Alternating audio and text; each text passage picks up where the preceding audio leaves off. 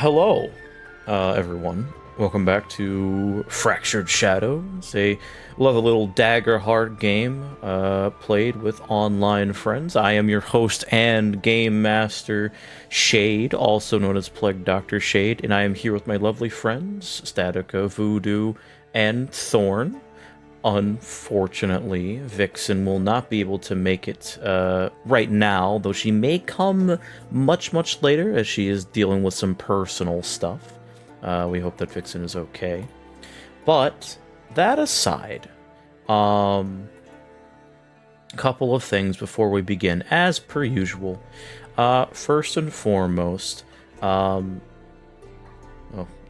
you, Foundry. First and foremost, Fractured Shadows is a mature Daggerheart game and will include depictions of such mature themes, including but not limited to drug and alcohol use, sexual themes, psychological torments, gore, body horror, and potentially much more. You have been warned both on the live and for later down the line if you decide to watch it on YouTube later. And secondly, this game that we have, aside from the sprites that we are using, we do not own anything in this game, especially not the music, or any of the art that you may see aside from the sprites, the map, and the setting itself. And last but not least, if you like everything that you see right now, and you like the story, you like us, you like little shorts that are made on occasion, please do me a huge favor by interacting with this video, liking, commenting, subscribing, and ringing that bell notification so you never ever miss an upload. Alright. So, my friends, are we ready to begin? Yes, I am. Yeah. Alright. So, last we left off, which granted was 2 weeks ago almost, the intrepid band of heroes, if I can stop burping, were essentially given the perusal of the entirety of the armory that the Adventurers League, at least in Bright Willow, offered. And while there were some quite extraordinary things in there, the money that they had recently accrued from the job would not be able to pay for just about everything. And the only person given this discount for the Adventurers League armory where they could buy certain things was Rayleigh specifically. That aside, they geared up, got some stuff, potions, new armor, potentially new weapons, and even a sleeping bag before the party decidedly went out to go and solve this mystery about this specific bear that has been bothering the town for quite some time. As they arrived in the woods, they found the bear after failing to sneak around, and thanks to Leonin's expertise in being able to actually talk to animals, learned that the bear knew about the people coming in, and even had to fight a couple of them off, as much to their surprise, the bear was honestly just trying to defend its territory. And with that in mind, the bear did not want to be bothered and wanted to be left alone with him and what they later found out to be his son and where his den is. And with everyone coming into the forest to bother it, the territory expanded and the bear had gotten more aggressive. Thankfully, this was remedied by the party pulling out a weapon that had been stuck in the bear's side, which appeared to be a very old-looking spear of sorts. After having a very long conversation with the bear, and relaying information between Murkon, Rayleigh, and Akuji, Leonin parted ways with the bear, relaying to the information that to basically mark a territory around its home, to keep from poachers or foolhardy adventurers from seeking glory or some form of entertainment, or potentially worse amongst this bear, lest they meet a, pardon the word, grisly fate. But aside from this, however, when they did enter the forest, they also found a set of footprints as well as wagon drag marks on a cut piece of wire fence. This was later investigated by Merkan and Akuji as Leonin, Raylig, and Ogren went to go and learn more about the weapon, but also claim their prize and tell them, the Hunter's Charter, that their work is done. And in order to keep a link, Raylig decided to use a little bit of magic to have a telepathic link with Merkan in case anything went awry.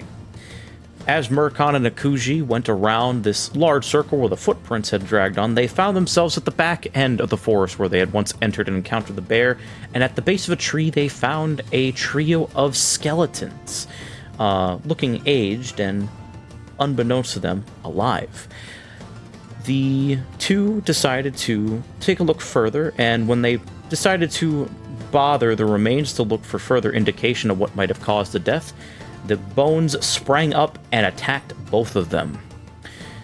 Thankfully, to Akuji's magic, she was able to use the skeleton's own shadow and darkness that had suddenly crept into the forest, even a bit darker than before, to secure the skeletons in place so that Merkan and Akuji could both flee the scene with their lives intact, to relay this information to the party, which they did, followed up by a couple of realizations about jokes on behalf of, or rather begrudgingly on behalf of Raylig.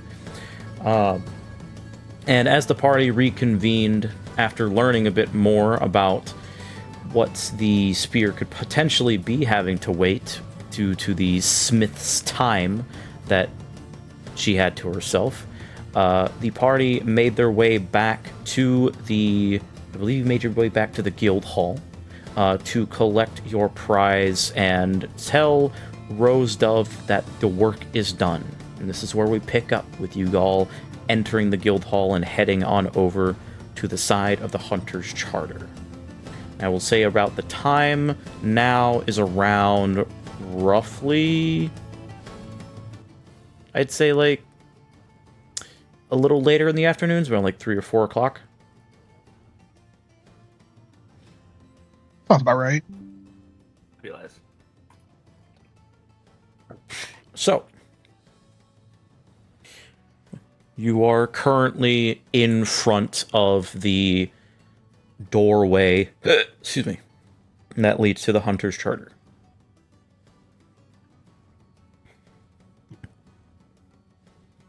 Okay. Merkan is going to move his way in. He's going to be kind of picking a bit at some of the spots he still, was injured from. The poison, or sorry, the potion of healing only can do so much. Indeed. In his case, it healed him up pretty good, but still working its charm. And he'll make his way inside to take a look around at the Hunter's Charters. So as you enter, it is a bit later in the day. It's a bit quieter. You would be able to note that in the hall, the lounge, that there are a couple of hunters, about a trio of 3 playing a card game, though it looks pretty barren. And aside from the actual, job board, which still has the jobs that you were told about a couple days ago, or a day ago rather now, you don't see any sign of Rose Dove. But you do notice that the offices in the back are currently closed. You do see a bit of movement through the I don't know how to describe it. You know those, when you're in the old-timey, offices where they have, it's very blurry on one side, but it's clear on the other side of the window, and they have, the names on the front of the window? That's essentially like the what you're frosted doing. glass door. Yes, Yeah. frosted glass, thank you. Yeah, like at a police station. Yeah, that's essentially what you're kind of walking into when you're in the Hunter's Charter. Gotcha.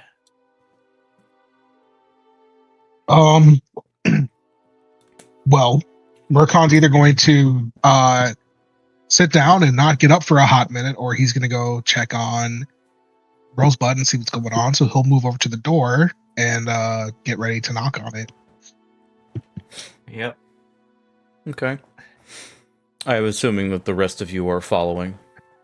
Sure is. Leo looks Yep. about ready to get this over with as soon as possible. Okay. The hunters do greet you, as they are continuing their game. One of them, which appears to be some kind of bunny person, I forgot what I called them, but fucking names, bunny person, one of the beastkin. They pull off their mask and look over towards you. You might want to wait for a sec. Rose is in a meeting right now. All right. Murkon gives a short little nod and just kind of backs up from it and finds his way to the nearest chair before just slumping down in it. Okay. A little too hard. It doesn't feel good, but he grits his teeth a little bit. The bunny beastkin does look over to you, and you see that, like, while he has, like, the very obvious large ears that flop forward a bit, he has a more human face. And he does notice you something. You right there, man? Look like you just came back after a hunt.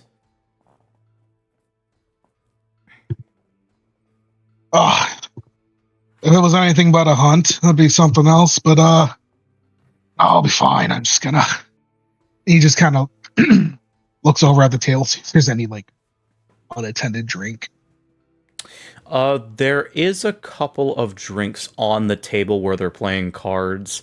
You can see that where the bunny man is, that he has there's a glass that is the equivalent of a Jack Daniels, but it's, not labeled. It's just like the shape of it with like a black wrap around it. When you see it. Yeah, essentially. But you also see that there's like a couple of more ornate looking drinks amongst the table, along with some chips that are scattered around, like chips as in like poker chips. Okay. And you see that that each of the hunters has like a specific bottle or vintage. One of them has wine, one of them has very clearly a whiskey, and another one has a scotch. Murkon's going to look over around the room for a minute and see if there's any place where he can procure some liquor of any kind. Yeah, sure. Go ahead and make I believe it is an instinct check. Perfect.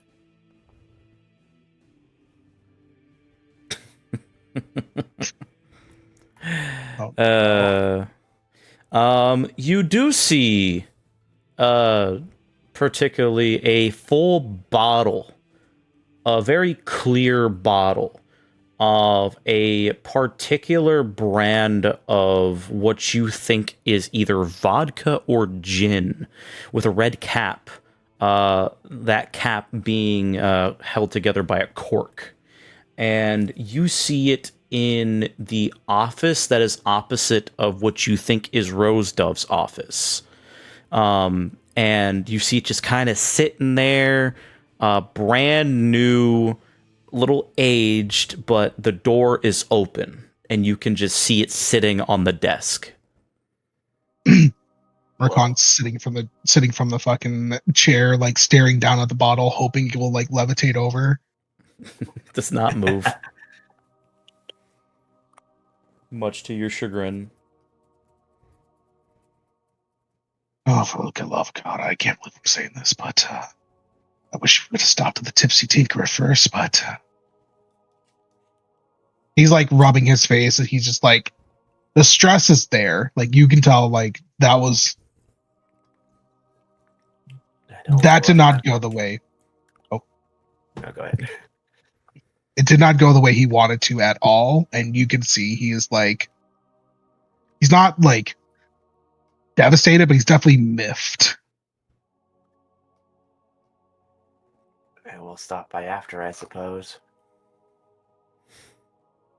When you say the Tipsy Tinkerer, you feel a slap on your arm as, like, you know those, like, knee-sized bandages?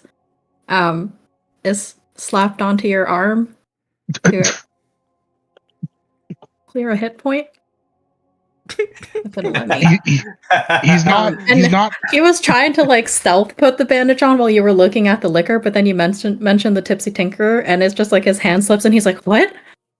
And you see, you have like a knee-sized bandage that has little cartoon bears on it because he's still on his kid's bandage box. Go ahead and clear a hit point. That's so great. My hit points are already down. Those are actually pretty cute. Amazing. But that's a love great that. idea. Marqui looks at the bandage. They even let you in anymore. Looks at Rayleg. Yeah. It was either that or smiley faces. I thought a bear fit our quest Bear's more. cuter. It's fitting. Did you see Ogren sitting on the other side of the bench, waiting for the meeting with whoever's talking to Rose Dove to be over with? Yeah, totally thumbs. Well, I guess we gotta wait, because might be talking to someone important, I guess. I don't know. I don't usually talk to the hunters that much. Can't imagine why, he said sarcastically. Marqui shrugs at that and just leans forward. He looks over to the group. So what you find about the weapon? We sent it into the local blacksmith, but she was busy, so we'll have to wait to hear back from her later. She said it would take an hour or two. We were about to frequent the tavern when I heard your distress cry.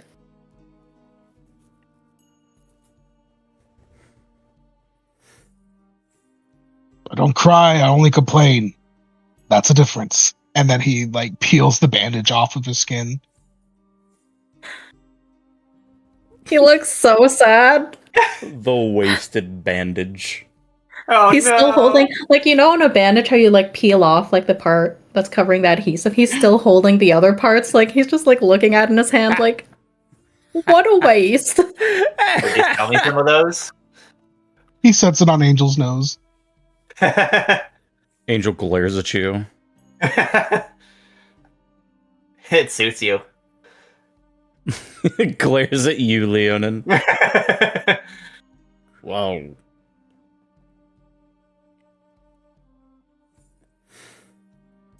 On the plus side, Hunter's Charter's got some work to do. And as this last comment does finish, the door opens and you see Rose Dove walking out of the office with a dwarf. And I actually have a picture of her, I believe, that I can show you. Bite slip. Yeah, there she is. Oop, whoops. I gotta remember how to do this. That's the one. There we go. You can do it. Yo! As she folds her hands in front of herself, and stares at you, looks over at Ogren and glares, but then nods to the rest of you. Well, I do suppose I should be making that arrangement for the money to be coming soon, eh? considering that, what I was just told. And Rose Dove does nod, looking at the rest of you. Oh, you're back. That was quick. Well, I suppose I should be taking my leave now. I shall leave you to your hunters, Miss Rose Dove. And she'll smile at each of you before she... Who is she going to stare at in particular? She's going to stare at Raylig for like a hot second before she leaves. Lucky bastard. You would see him trying to gingerly peel off the bandage off of Angel. Probably not going well because it's fur. It's on his nose, so it's fine. It's a little bit on the fur, but a little on the nose. You just hear, like, Angel give a very deep...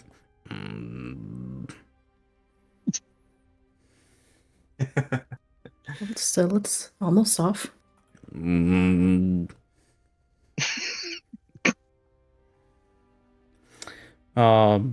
do finally manage to get it off without much complaint from the big white cat. As Pat on the head. he still glares at you for that, by the way. But Rose Dove does approach you. It is good to see that you are mostly unharmed. Did the bear do that to you? And she looks between Akuji and Murkon.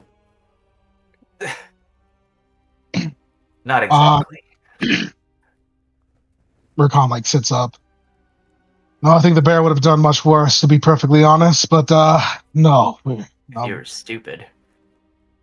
Well, I suppose we can discuss matters a bit more intricately if you would like to have such conversation in my office. She does motion over to where the door is now open. Follows. Murkon will follow. All right. And you do walk in, all of you, except for Ogren. She specifically tells him to wait outside. As you all go in, Angel sits near the door while Akuji posts up on a wall, and there are 2 chairs and oddly enough, a small bench. It's like little bench with some cushions on it. And it is a sizable office, despite what you saw on the outside. It extends out towards the back, so there is room to stand around in it, and obviously lounge. You see that the next to the bench that is padded, there's like a small little coffee table with some roses, funny enough, in a vase. And you do see a like small book stack that is up in front of the desk that is clearly Rose Dove's, along with a very larger book that is sitting in front of the center with a couple of papers and a inkwell with a quill in it. She takes her seat, and she looks over to all of you. So, how did it go? Tell me, what did you discover? Did you deal with it accordingly? Is it dead? Is it alive? Tell me all the details. Bear is alive. Oh, wonderful. And she does take out a piece of paper and starts to write on it. Let's just say, had the ability to reason with it. Oh. And it appears some adventurers, too big for their bitches, did attempt I see. to attack the bear and managed to injure it. Not all of them could talk to bears. It is not often that one talks to bears, no, unless they are one with nature, which clearly you definitely seem to be, Mr. Silverbrook. It is good to know. She continues to write. Did it say anything about the adventurers that tried to attack it? Are they part of the league up here, or separate, or... Didn't it, like, not Wasn't really sure. It didn't. No, it did not. Yeah. I don't think a bear would be able to distinguish much, but they just seem to be normal adventurers to their eyes. I see. They were nice. The bear was kind enough to show me where their territory was, so adventurers can avoid problems in the future. I see. Do you have a rough layabout location that is noted, or did you mark it somewhere in the area so we can do it for later? Yeah, no. I believe there was a mark as well, but I have a map here. She does look at the map. And she does take it, goes over it, nods very slowly. I see. So that's what that cave is in the southern quarter of that part of the forest. Okay, I will have the those hunters that you saw outside that are playing their little poker game. I will have them go and mark the location to make sure that the bear will not be disturbed. Move some of the signs around. Is there anything else that you all found out regarding the forest or of that ilk that might have caused further disturbances, at least? Looks over to the two who went gallivanting around. Or the one, I guess. What's on it? I beg your pardon? Well, we found some other odd tracks, some obvious signs of other life besides other people cutting through the metal wires, which, by the way, did a fantastic job of keeping them out. They seem to have made a track around, and as we go to look around, we found a group of skeletons with some, weapons and such. Well, we got a little too close, and they sprung up, and let's just say if we didn't make our way out, we would have definitely not left that part of the woods. I see. That is disturbing news indeed. Skeletons springing up, and you said that's the wire fence that was put up that was cut. Seems like you still got visitors trying to roam around without, any of your knowledge, so he shrugs a little bit as he, tilts his head. Seems to me like you guys have more work that needs to be done than just cutting out the rest of the woods itself. Yes, it would seem so. Sebastian told me that the Adventurers League actually worked with the Charter to map out where the wood should not be entered upon. So I suppose there must have been some external sabotage as far as I'm aware. I will make note of this and inform him as soon as you are all done here. That is a problem. Interesting. What else did you find? You mentioned tracks, did you not? There were two distinct tracks. One that looked to be on foot, one that seemed to be on a carriage. Each went around essentially in, two different paths branching out from one that we followed to find the bear. I see. And this was which tracks did you follow? One did I follow? You followed the foot tracks. Yeah, I did put the notes thing. Specifically the foot tracks, which makes me wonder then if those were the same tracks, left by the people that were once alive.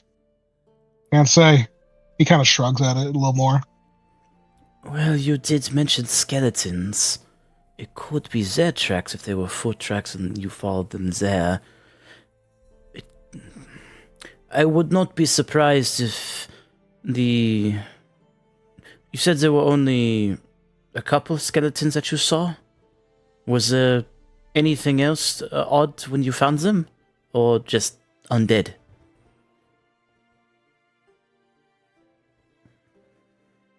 Murkon kind of thinks back.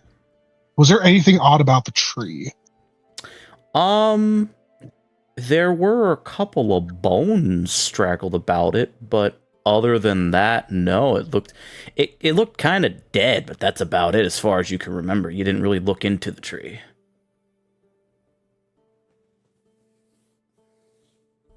Well, unless it's not anything native around here, I can't really say it's anything of note, but other than the couple bones found around the tree, there really wasn't anything else. I see. Perhaps that might be remnants of the demon cults that did try to cause a problem around Bright Willow a couple of years ago. I am certain that someone amongst the Adventurers League has already told you about that much. Sounds like you know too, then. Aye, it was a joint operation between the League and the Shatter to make sure that this cult of theirs was, well, for the better part, eradicated. The coven that we soon found out was pushed out, and those survivors have not been seen since, so it's least to say. But with anything that involves the ritualistic summoning of demons and sacrifices, there is bound to be lingering magic that might disturb the dead, so to speak. It is a unfortunate after effect of such magics. Murkon and well, actually all of you go ahead and roll a knowledge check for me. Okay. And I will say that for your, if it's a fear roll, I will not be taking a fear for this. Hey. Does Will of Red apply? Yes, as a matter of fact, it does. Okay. Yippee! This is about history. Okay. So do go ahead and give yourself a hope, Raylig. Leonin and Murkon. You know the very basics of essentially what happens when a very foul, dark magic seeps into the land. It causes disturbances, and those disturbances is essentially what creates undead and sometimes monsters. You hunt those monsters, and that's the essential equivalence of what your knowledge on the matter is. It's bad, and while it doesn't always corrupt, there's a high chance that it does. Hence, undead. Rayleigh, further in, adding on to this, you know that specifically whenever that there is a large amount of magic being called upon from the hells, which you know based on history with a known group called the Protectors of the Fortuned, and some of the archives that you studied to deal with the case involving a member of the Protectors of the Fortuned, that these guys are basically the people that know how to combat demons really well, aside from House Silverbrook. And you know that calling upon the greater energies of the hells leads to really bad things happening, including the befoulment of the land, especially if an artifact or some remnants of a summoning linger within an area for far too long. Essentially, the longer it lingers, the higher chance that there is for corruption. And with that in mind, seeing Bright Willow Haven be surrounded by the mostly well-known Golden Plains, and not seeing any signs of corruption in the area, can only lead to suspicion that there could very well possibly be remnants of this coven still around within the forest, just kind of lost.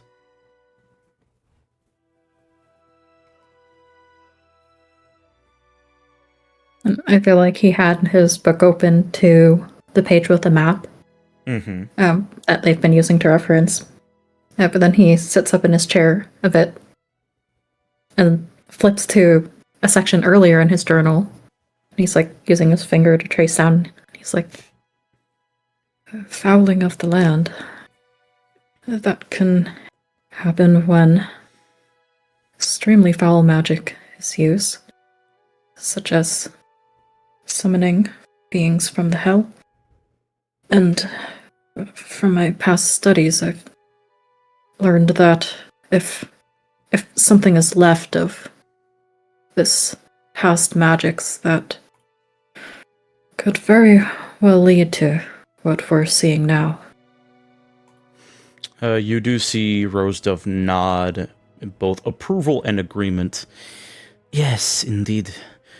If this is what we heard was true from the account of one Jezerine that almost died from one of these sacrifices, then we will personally look into the matter of potential more things that we might have missed, or maybe an artifact left behind by the Coven, or maybe even a remnant member that might still be lingering.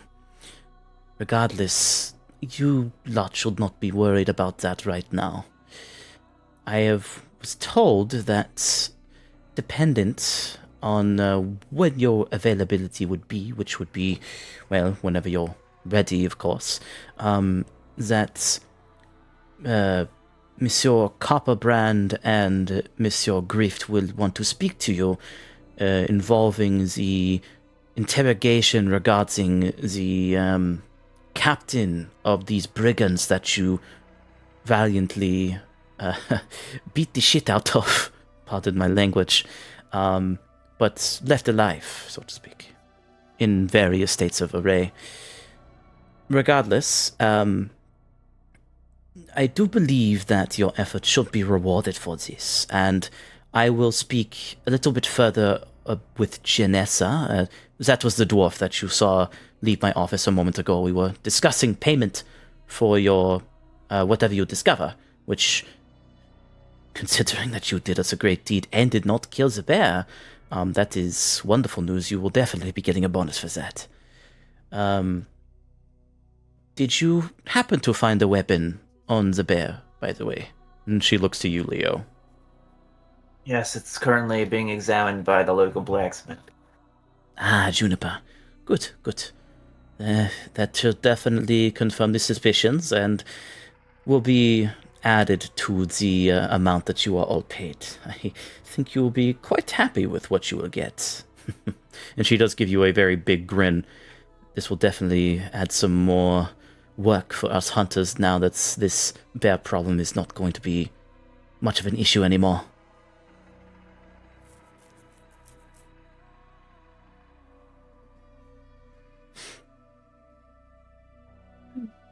Madam Dove, I had one other question. Of course. Is there a shop that you would recommend where one could purchase a cloak or perhaps a fur-lined coat that a lady would appreciate? Ah, like a clothier. Is that what you're referring to? Yes? Nothing magical, just mundane? Something of the matter, just mundane. Ah, yes, we do have quite a few shops within the town. I need to change the music. This is not fitting. Here we go. We do have a couple of stores in town that are all run by people. There's no special names, it's just usually symbols, since there's nothing special about Bright Willow. But we do have a clothier, if that's what you're wondering. It is run by a lovely woman. I'm sure that you will find what you need there. And she does a smile at you. If you just go on a little bit east of the town, a little bit past the town hall and the fountain where the large crystal is, you should find essentially the market row. It is oddly enough, outside of the place where you would expect a market to be, which would be very far away from the Tipsy Tinkerer. I think Beatrice put that there on purpose. Mercon smirks a little about that. He just has a very frowny face. He just clears his throat. Well, very, very well. I will head that direction when I am able. Of course, of course. Now, is there anything else you needed before I let you go?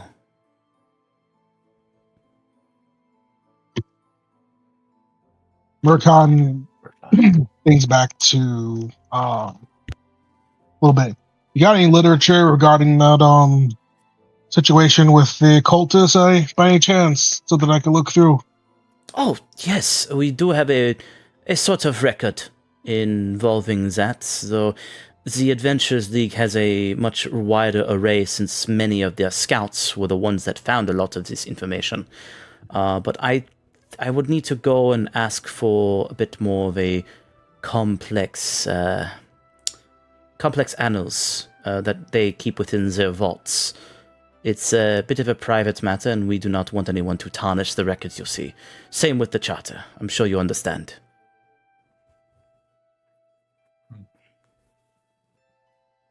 I've never tarnished anything in my life. She smirks at you. Of course, Mr. Silverbrook.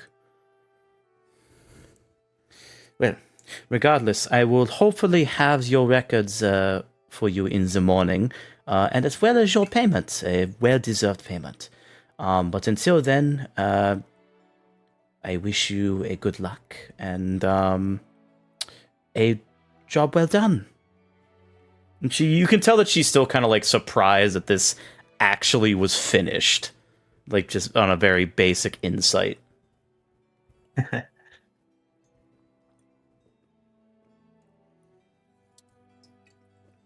Just gives an amused shrug at that.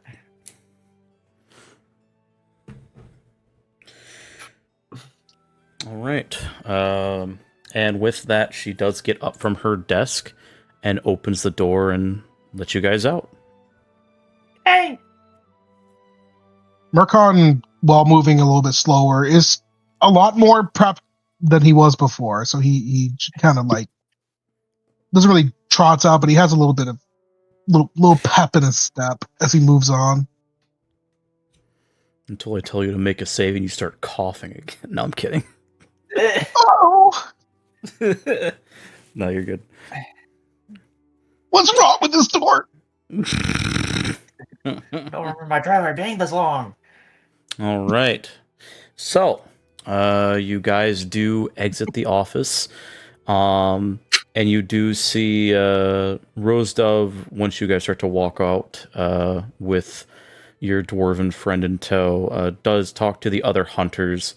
And you see them all immediately stop playing, stand up, nod to her, and grab their gear as they walk out at a very brisk pace. And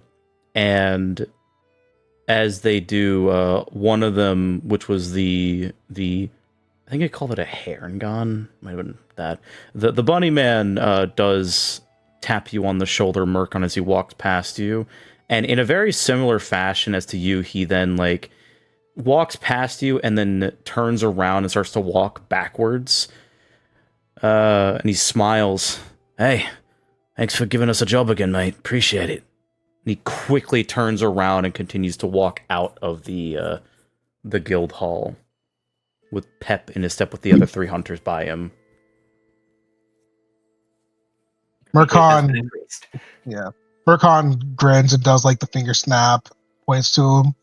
He goes, "Don't try to say hi to the bear for me. He's not a big fan of guests." Oh, trust me, we aren't that stupid. What do you think we are, the League? He says that loud enough where Ogren is like, hey! Mercon kind of gives him a little elbow nudge. Oh, clearly he ain't talking about you. Yeah, they're always talking about me. It's all about me, Mercon. You don't understand. You do Can't see argue with Ogren. You do see Ogren like giving a sly grin when he says that. Murkon's like, This whole thing, it's about me. I love it when you think. I need to fix that. We should probably head to the tavern. I'm ready. Oh, yeah. Yeah, you are. Time to actually deserve another well-earned drink after that. Jeez. All right, so you guys are outside of the guild hall. Where do you want to go as you see the sun start to set over the horizon?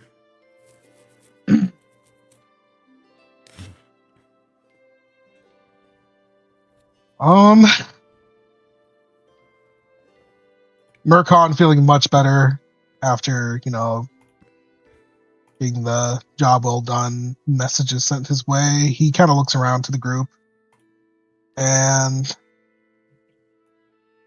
he'll Don't get too more so address Rayleigh and such, but like, well, I'm assuming when you guys were, doing your thing, you went over to the league to let them know what just happened, right? Yeah. Fruit. We did, didn't we? I believe you guys went to go to the blacksmith, and then you went to go chill at the tavern, waiting for the two to return. That's when Rayleigh got pinged. They were about to go to the tavern, but got interrupted. Yes.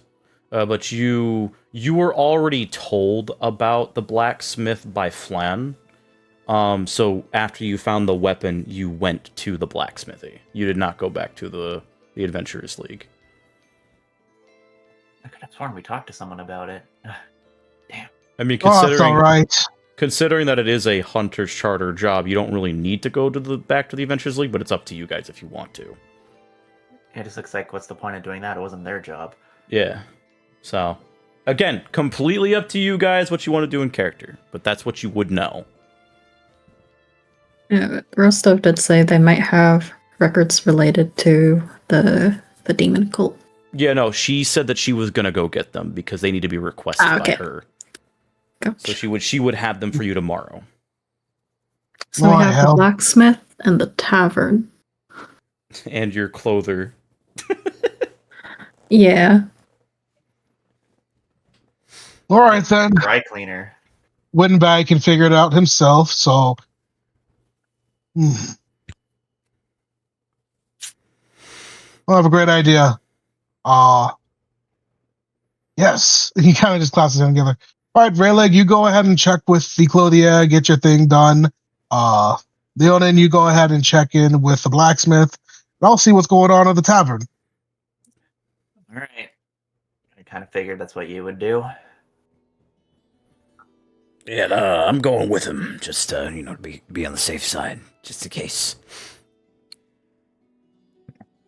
Pretty attached to me this much, are you? Well, I meant your brother, but Close enough. I mean, you guys don't look completely the same. I mean, one's wearing literally noble-ish clothing that's kind of raggedy, and the other one's literally a jester. What do you want? What do you want from me? You're thinking too hard. You're Not thinking one of too your hard. suits. Shut up. And we're going to go fix the thinking part. He puts his hand on top of Ogren's head. He goes, and we're going straight to the Tipsy. All right, well, we'll see what's going on, then. We'll see you guys shortly. There we go. See you around. Murkon and Ogren walk off towards the tavern. And Akuji will go with you, Leo. Leo just gives a half-hearted wave as he heads towards the blacksmith. I'll keep your seat warm, Rayleigh. He looks so envious, but he's just zooming towards the market district okay, I'm just gonna get this done. Then I can go to the tap. All right, so first things first, we are going to go with Leo and Akuji, which is just going to be Leo because Akuji needs somewhere to go. So Leo, you go back to the blacksmithy. as it does seem to be starting to close. You see Juniper starting to close up shop, as she does have something in a very long burlap bag, as she starts walking in the direction of the Tipsy Tinker and stops. Oh, well, howdy. I didn't expect you to come back so soon. Well, I'm assuming you're here about the weapon, I take it? Yeah. We just got done explaining everything, so I figured I'd check in. Right. Well, all right, just, you want to find some place to sit down, because this could take a bit to explain. Very well. And she does motion over towards a bench that's nearby the very large crystal where the chains are attached to it in the ground. And she immediately pulls something out of her apron, which you notice is a silver case that has, as she opens it with it, you see several cigarettes. Mind if I smoke? Not at all. Good, you didn't really have a choice in that. She takes it out, plops it in the corner of her mouth, and she offers one to you. I just wait because it looks small like that. She offers it to Akuji, and Akuji shakes her head as she closes it with a snap, pulls out the fancy-looking lighter that you saw from before.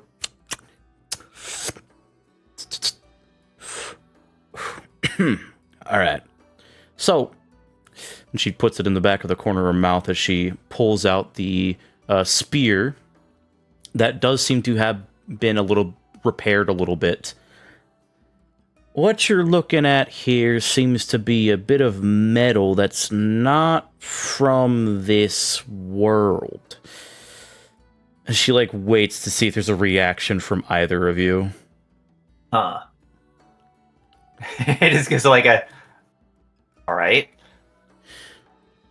Alright, well, that's not the reaction I was expecting, but I suppose you are experienced hunters, so, essentially what I found out after, running it through my own couple of tests is that despite its raggedy-ass looking appearance, and despite the fact that it looks in pretty much disarray, it is one of the most durable-looking pieces of shit I have ever had the displeasure of trying to reforge to make it a bit more adequate for evidence. And I do that on purpose because, well, it's kind of hard for old weapons, what you would think at least are old weapons, to be used as evidence on purpose. And that way I can also extract any additional residues that are on top of that to use for whatever experiments are needed to see if there's any blood or rust or, such and such for the investigators. But considering this, and as she shows you, it looks exactly the same when you found it. Just still the dried blood from being in the bear for so long. As you can see, my own personal experiments did not really do much of a damn thing. So, what I'm reckoning is that this might be a remnant of what was, about 4 or 5 years ago now. I'm sure y'all probably heard about it since you're starting to do work.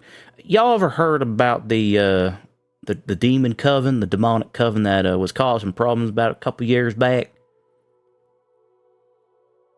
Would this be common knowledge, or do I have to roll for something? This is the same exact coven that you just were told about by Rose Dove.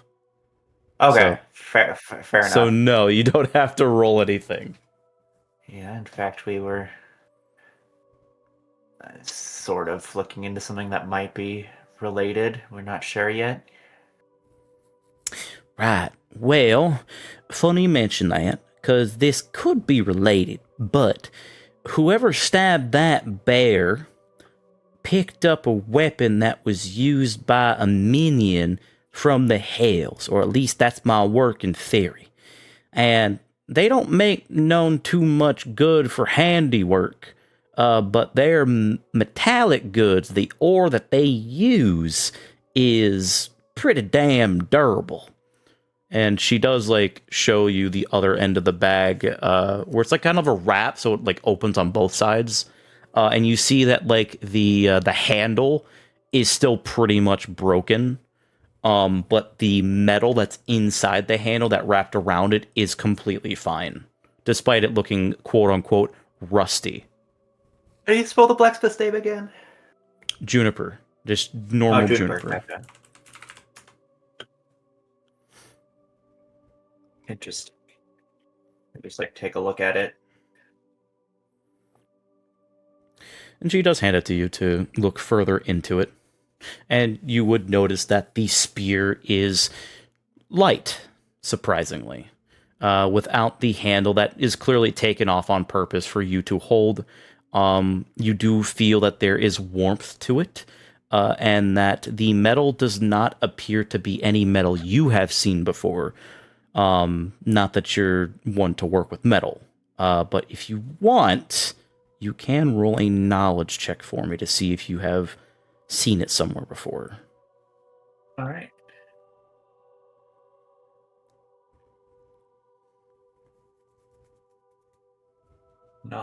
Knowledge.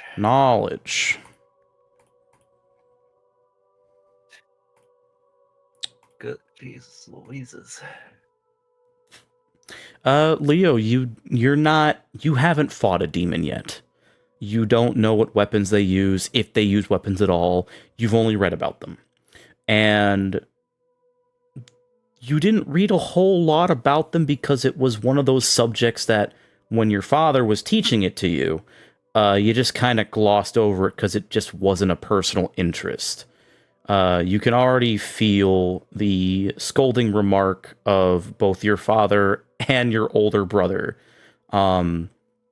berating you for not studying up on demon spawn and devils and all that like that are from the hell specifically as you're staring at this weapon.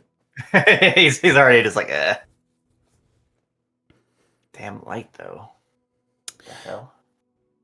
Yeah, that's the thing.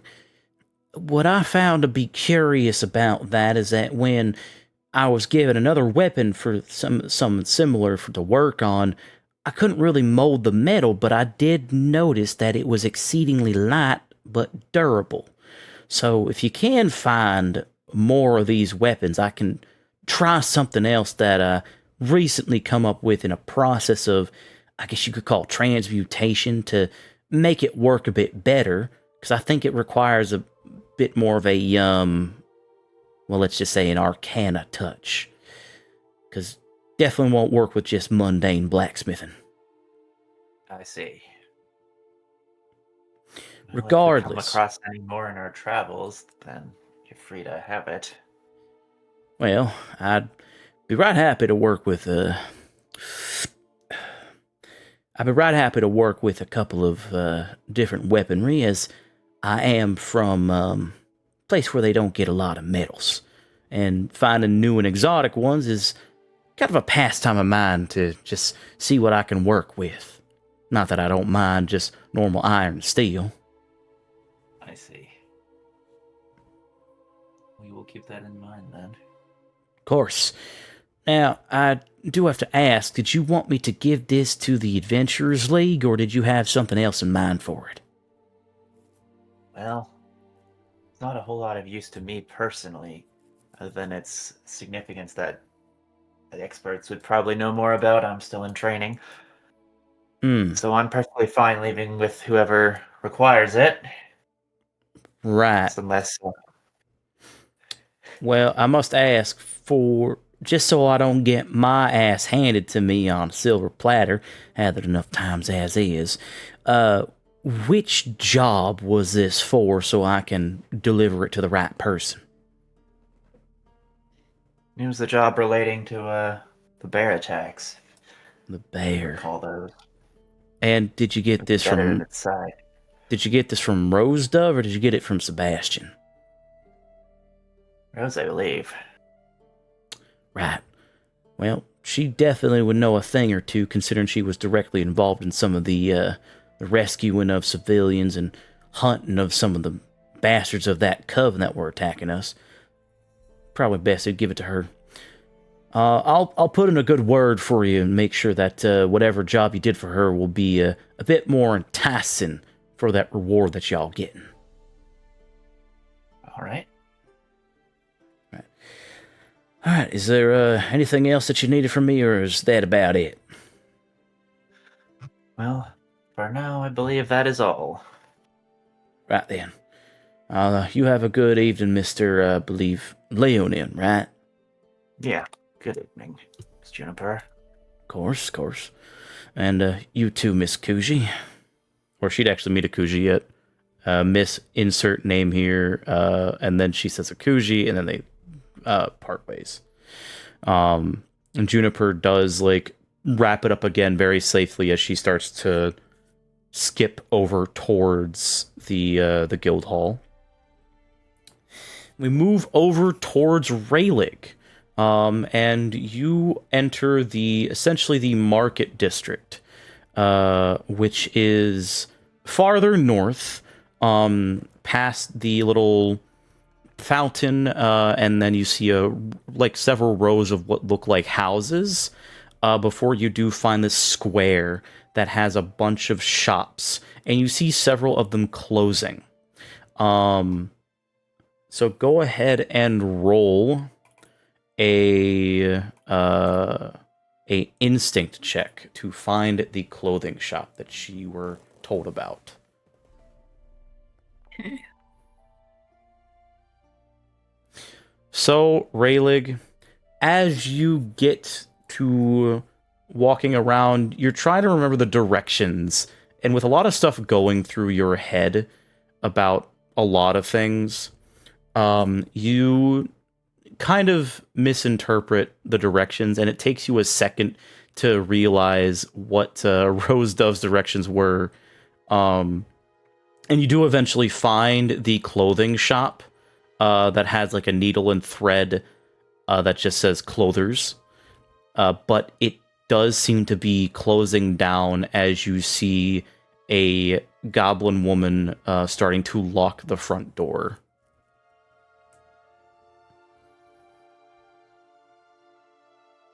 No. I'll like walk up quickly. Damn it. And she does turn around to smile at you. Is there something I can help you with? Are you the proprietor of this establishment? That I am. What can I help you with? I'm starting to close up shop right now. As you see, it's already getting pretty late, and you do see that the sun is setting to the point where it is basically dusk. I was looking for one or two particular items. It would take just a moment. And I'm not here to peruse. She squints at you. You wouldn't happen to be that fawn man that was washing off some piece of cloth in the fountain earlier today, were you? No! Oh, Holy shit. hey, talk. And she's like scanning you very, very curiously. No, I'm simply a fawn who is looking to get a friend, a gift, a particular gift. He's trying to not. Perhaps there's another goat kin who passed through town. Go ahead and roll me a presence check for me, Thorn. Can I? Is this persuading someone? This is a if you roll an impress, persuade, or offend someone. Yeah, because you're trying to persuade in a way that persuasion and deception I kind of put in the same category. Because persuasion is trying to convince someone, deception is also trying to convince someone, but you're lying. So yeah, I'll make it that. Okay. So yeah, he's just trying to get into this shop. Ah, goodness. Also, it didn't add it. I guess I'll just 1d4. Eh? 7. Oh, That's still with a fear, I'm afraid. And she does like squint at you, and that squint slowly turns into a glare, and then she sniffs. Yeah, you're the one. I knew it was you. You looked familiar. Why were you trying to wash something off in the public fountain? You know that's clean water, right? This is new armor. I imagine that individual would have been in ragged clothing if they were to do such an act. Okay, you could cut the bullshit. You still smell like piss, man. This is so embarrassing. His ears droop. Even though you took a It's a shower, really sad face. there's still that the slight lingering smell because you did kind of, it's fur. It's hard to get out. a bit of a musk in it.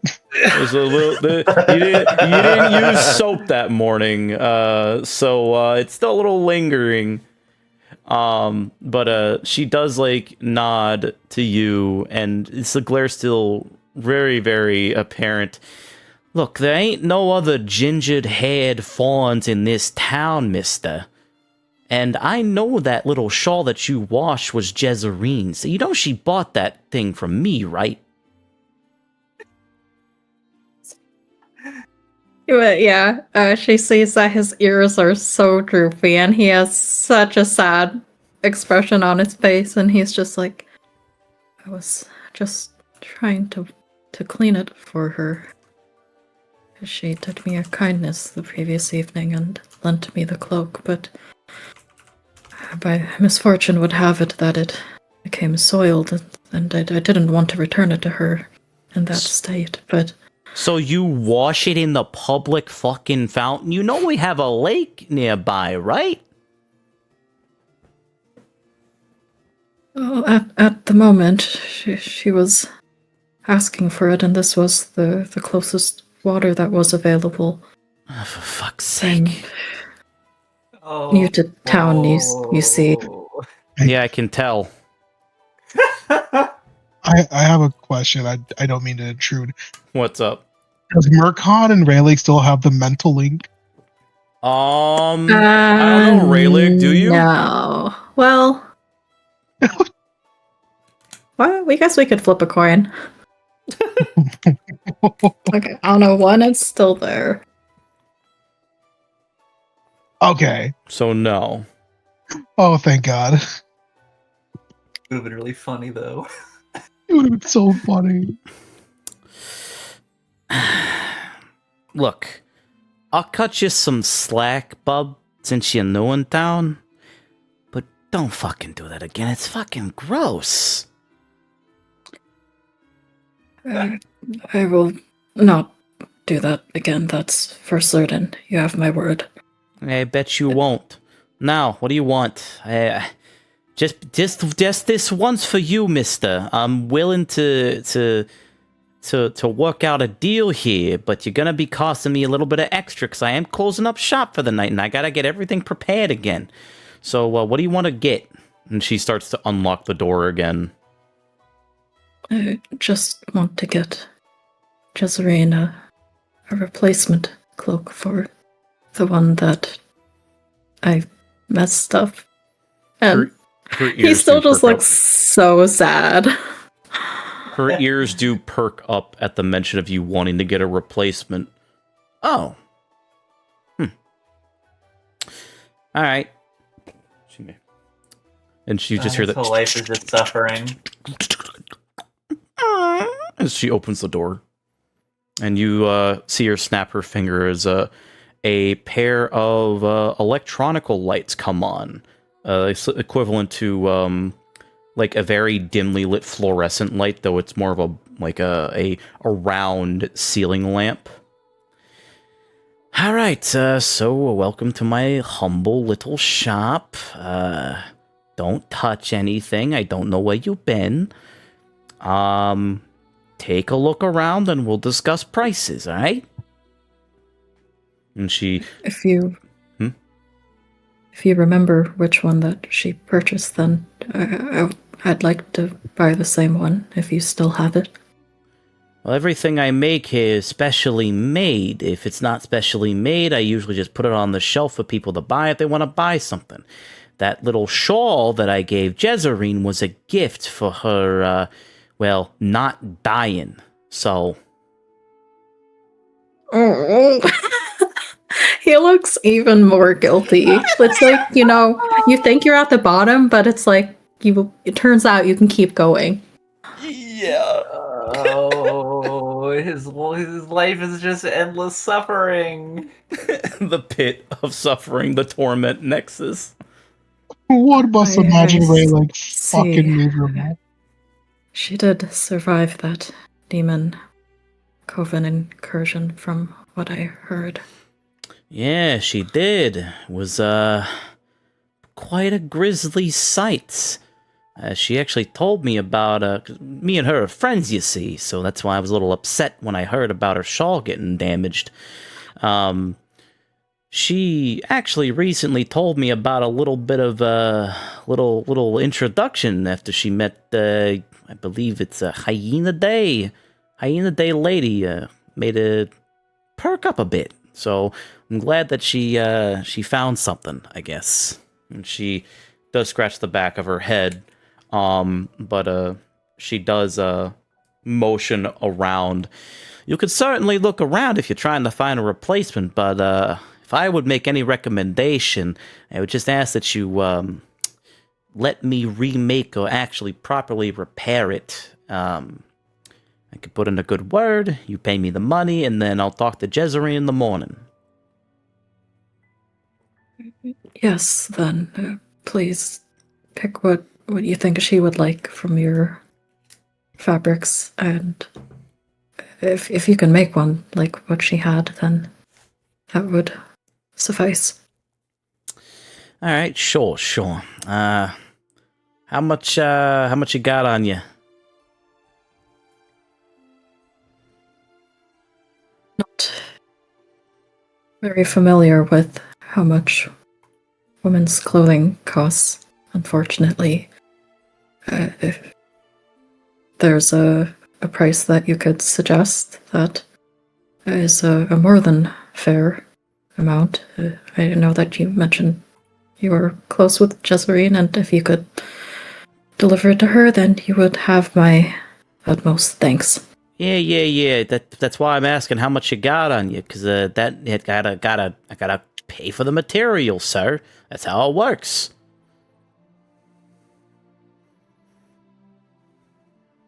Ah, fuck it. He's feeling guilty. Okay, he'll take out his coin purse and kind of just show what he has.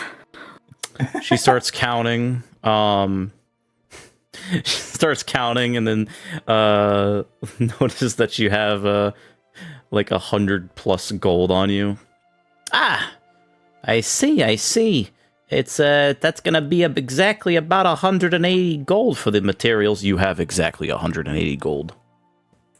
Oh. He looks so sad. And can I try to like, can I use this again to try to just make a really sad pity expression of like, you're really gonna take everything I have kind of thing? Like, I won't have anything left.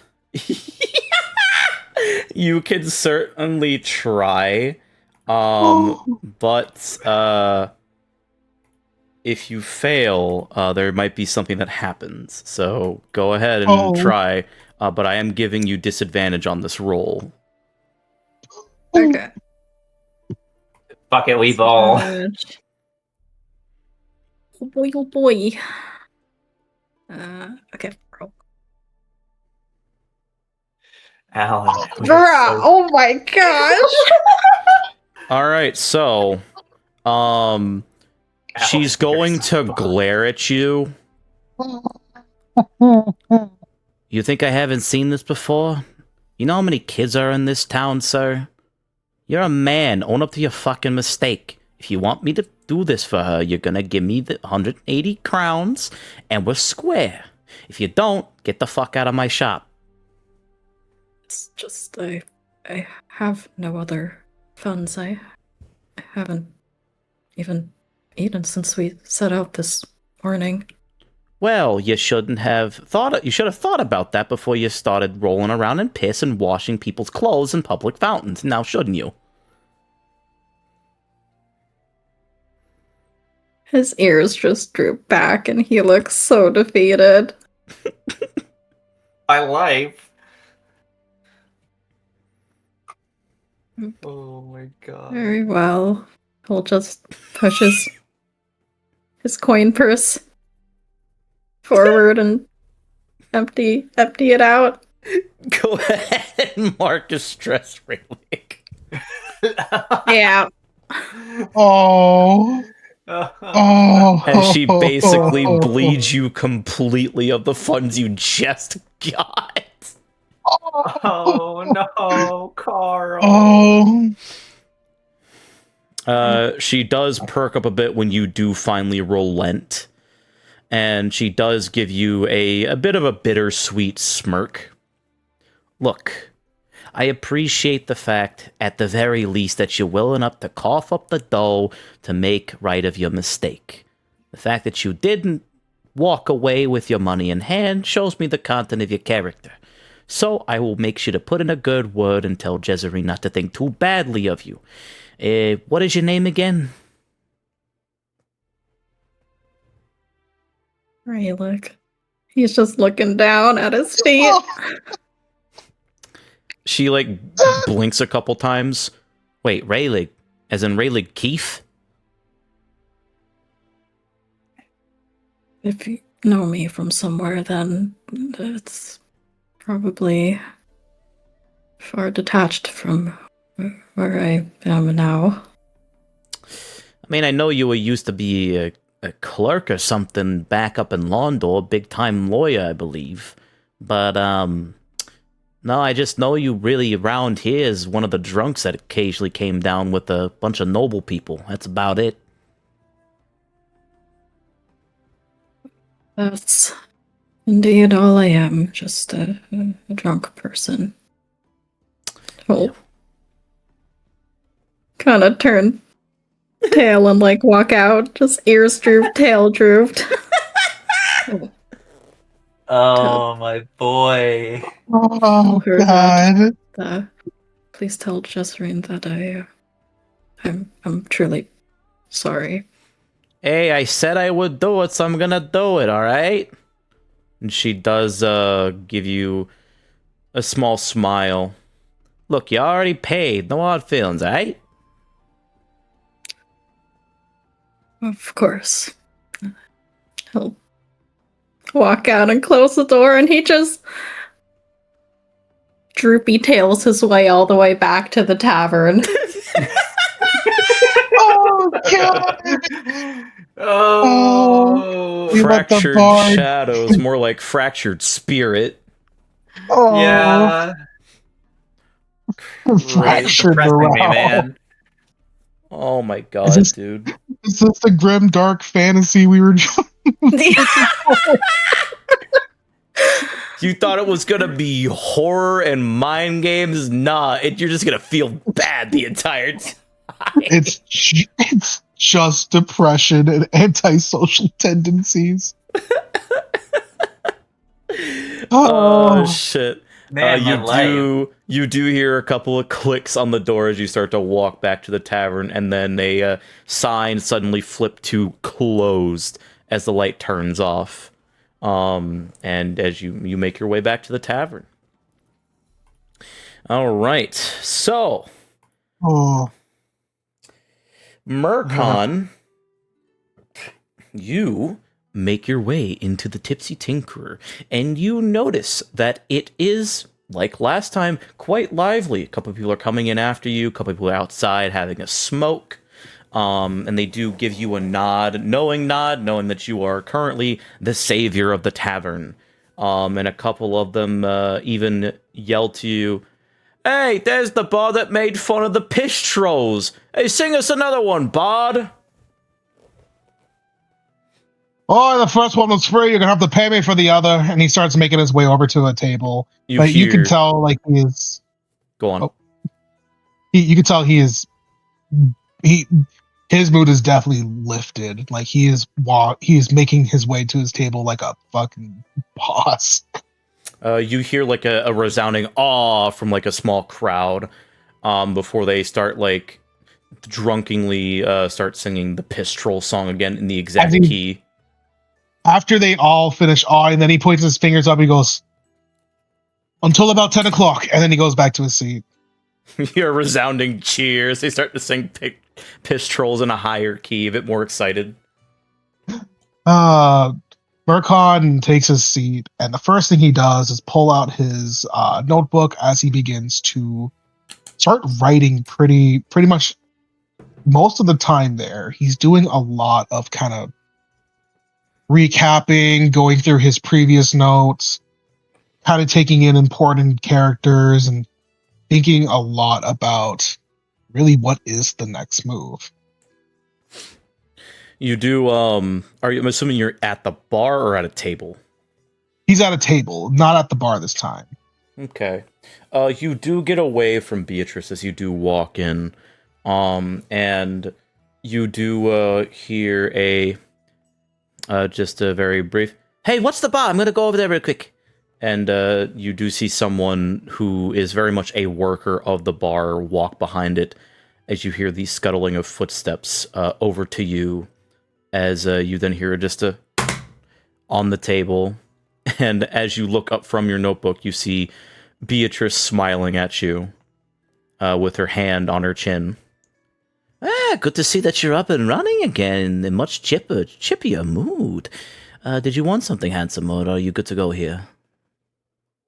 Murkon, he was a little taken aback at how quickly she made her way over, but he quickly puts on a grin and goes, "Oh, you're gonna try to get me drunk already now?" "Oh, please, it's my job. It's part of the establishment, part of the chicanery, the whimsy of this place. If you weren't drunk, when you're not having a good time?" You make a very valid point, dear. No, not yet. I have to. And he looks back to his notes and he goes, "Just have to piece some things together. We had a very busy day, actually. Lots of good progress, actually." He does look up and he leans a little closer. Mm-hmm. Well, we got the bear sorted out first. Oh. And she does give you a nod. "And if I may know, what other pieces are you trying to put together for this particular puzzle of yours?" Murkon, with his like, it's a quill. You definitely tell it's from like a feather, but he does like spin it between his fingers. He kind of like he has a little more sly about his grin. "Well, if I told you now, I would be giving you the wrong info if I did that. There's a lot more to it than I thought I was going to say." But he looks back down to his notes and goes, "I have a feeling we're going to be here maybe just a little bit longer before, we see what else happens going forward." "Well, I'd be quite disappointed if you left so soon. But as much as I do like a man watching him work, I suppose I should leave you to your thoughts." And she does just poke you in the cheek. "Let me know when you want something. I'll be at the bar." I'll come up with my friends. And she'll nod as she winks at you and proceeds to scuttle back over towards the bar, where she takes her place. And the guy that was watching continues to walk around and take people's orders, and leaving you alone to your thoughts with Ogren. So, what's the plan here, man? Yeah, you got something going on, or? Oh, that's really the whole thing of it. Problem wanting to go ahead and deal with this damn skeletons, whatever's going on with this cult is, well, that kind of defeats the purpose of giving the Hunter's chart any work to do. I'm sure they're more than happy to go and take care of that. question is, did I give them enough information to prepare what's going for? Well, what's going for them in the woods? Or do I just trust them? He starts kind of like scribbling out a couple things. He goes, a lot to consider before I take my leave here. Well, let's put it this way. I was there when that demonic cult, the Coven, as they called it, when they attacked, and I saw some pretty gruesome shit, but they dealt with it. You're pretty much going to be dealing with the remnants if you go further, but I think Rosdove did mention that she needs to figure out more of what's going on before she can actually give you the information you need, because you're kind of going at a loose end, right? Not surprisingly observant of you, but yes. Yeah, look, man, I drink a lot, but I actually am pretty quiet when I'm not around friends, so... the other thing that she did mention was that there was a, what I remember hearing from just listening in, because, I wasn't in the actual meeting, is that there was, a bunch of captives in the jail right now that needed some attention to, so maybe if you do that, one thing can lead to another, who knows? Dealing with people is not exactly our forte. Marqui kind of like grimaces about it. And there's some family business that kind of needs to be accounted for here. Let's just say I need to do a little more than just play around in a town and, not do my job for the others. And truth be told, I think Leonin might share that same sentiment, but I'll have to talk to him about it further. Sure. Well, whatever you decide, just know that I'm sure that whoever you're going to do the job for, they're going to pay you handsomely, because you already did some pretty good work. So, that's just from my observation.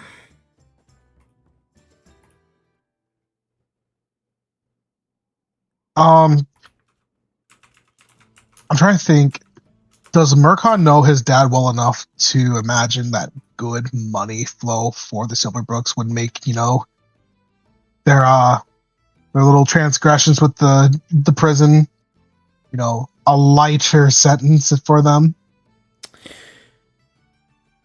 I would say that based on what you know about your dad, it's not necessarily just money flow, but doing good work for people that need it most.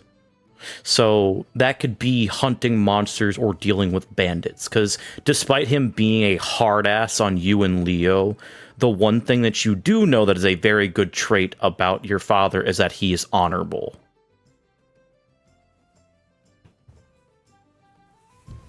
He may not be the best, but he is a very honorable person that does help people, even if he is kind of a dick about it. Sounds like my dad IRL. No, I'm kidding. Shut up. Christ. At least I know I can play from the heart now. Oh my god.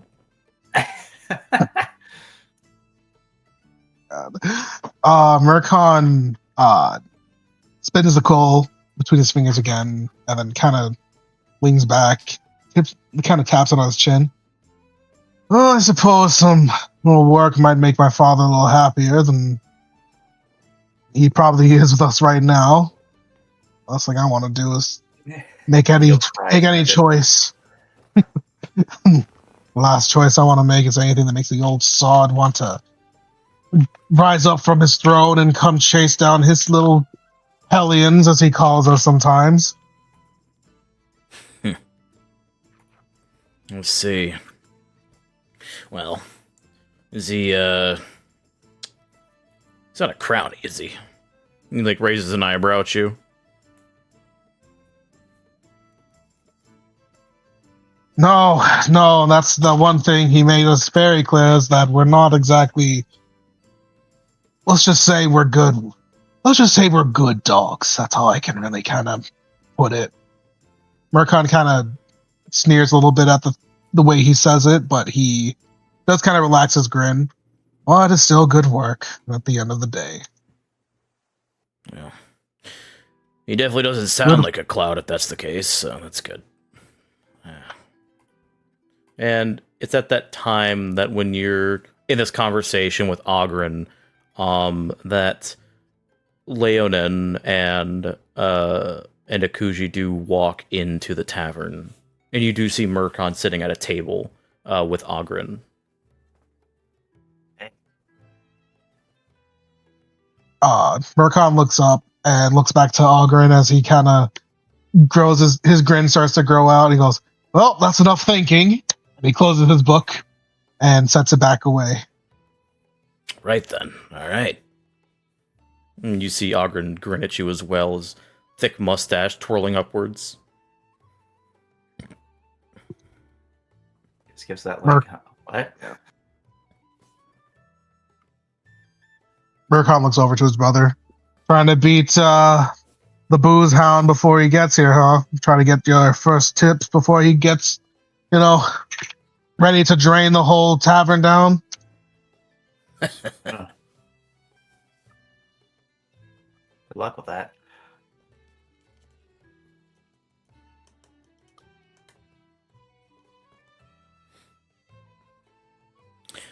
So what are you two particularly doing while you wait for Raylig?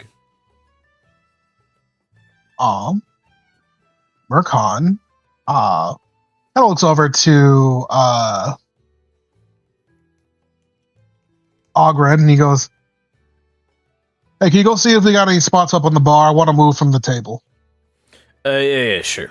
And he'll start going around, looking at the bar for space, and you do see several seats, particularly 5 seats that are currently within a row that he does point out. And he shouts over to you, since you're a little bit in the back. Hey, Murkon, I found a couple right here. Murkon raises a thumbs up before he finally stands up and he looks over to Leonin. "So, what did you find about the weapon?" Well, interestingly enough, it might be somewhat related to the business with the demon cult or whatever it was. Oh, that's no fun. And unfortunately, I can already hear both Dad and Big Brother lecturing me about not reading up on this particular subject when I had the chance. And it makes my skin crawl.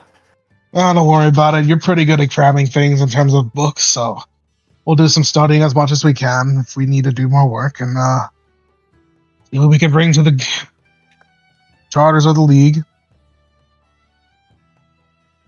Yeah, it's some sort of demon metal. I'm not really 100% sure about the details myself. It's not my area of expertise. Well, I'll just say right now, don't think too hard. I'm not sure how much longer we're going to want to stay in this town before we got to get moving.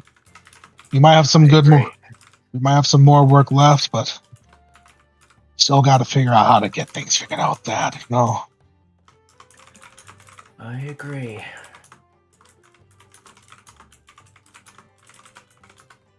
And with that, he kind of wraps up the conversation as like he kind of moves over to the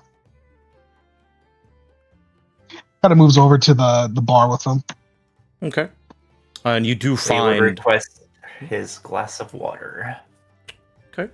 So you do move over to the bar with the 3 of you, Akuji sitting not near the end, but like on the other end. So like she's at one end and then the other end is empty, leaving Ogren sitting next to her, and then you two wherever you want to sit. But as you do sit at the bar, you do see the fast-moving bullet known as Beatrice Feglerucci move over to you guys. She takes Leo's water down. Ogren gets a mead. Akuji gets what Ogren gets because she doesn't know what she drinks. And then she looks at you, Murkon.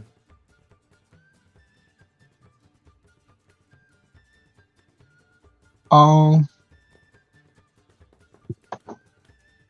weird. Sorry, my headphones cut out there. Can you repeat that one more time? Which part?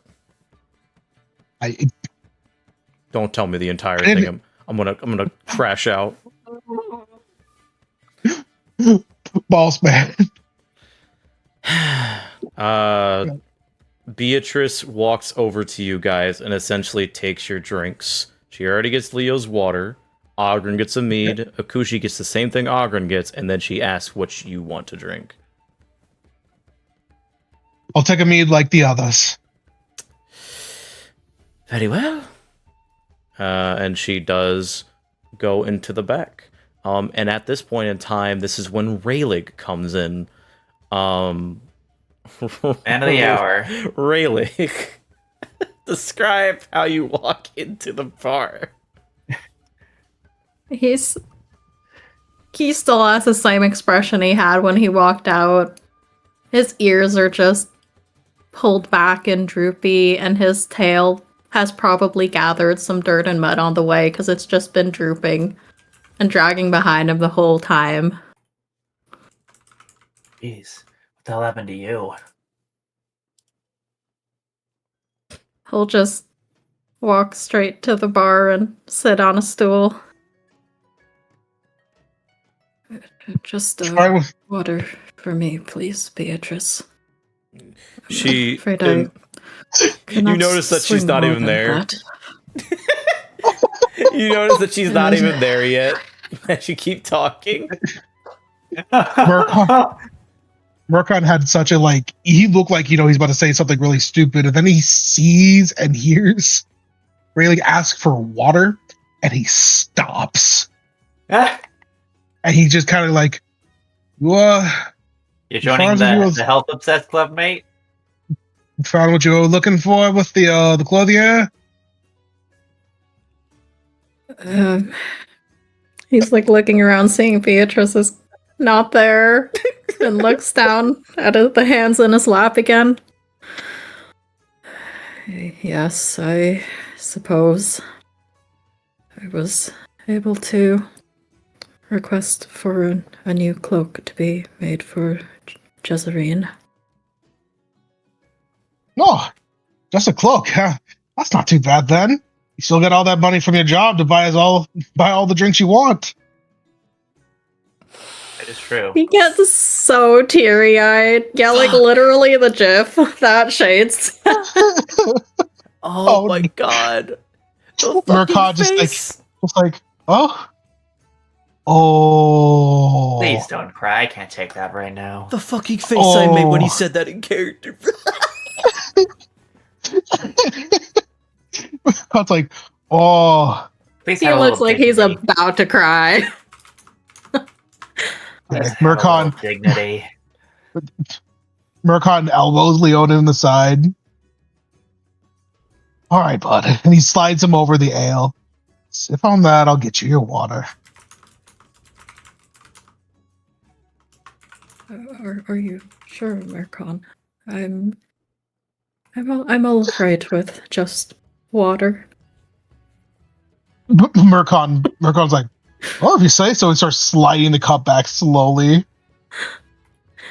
It's he's gripping onto it, so it's there's resistance. Murkon feels it. He just kind of let's go. He goes, how about you watch it for me while I get my drink, huh? And he pats him on my the back. god. And as Beatrice does pop out of the back, she does slide over your respective drinks, Leo's water and the 3 meads. And then she sees she sees Rayleigh and grins. Oh, Rayleigh, it's good to see you again, my friend. You seem a bit on the downside. Are you okay? And she does her chipper attitude does diminish a little bit as she sees you're on the verge of tears. Oh my god. I love this boy.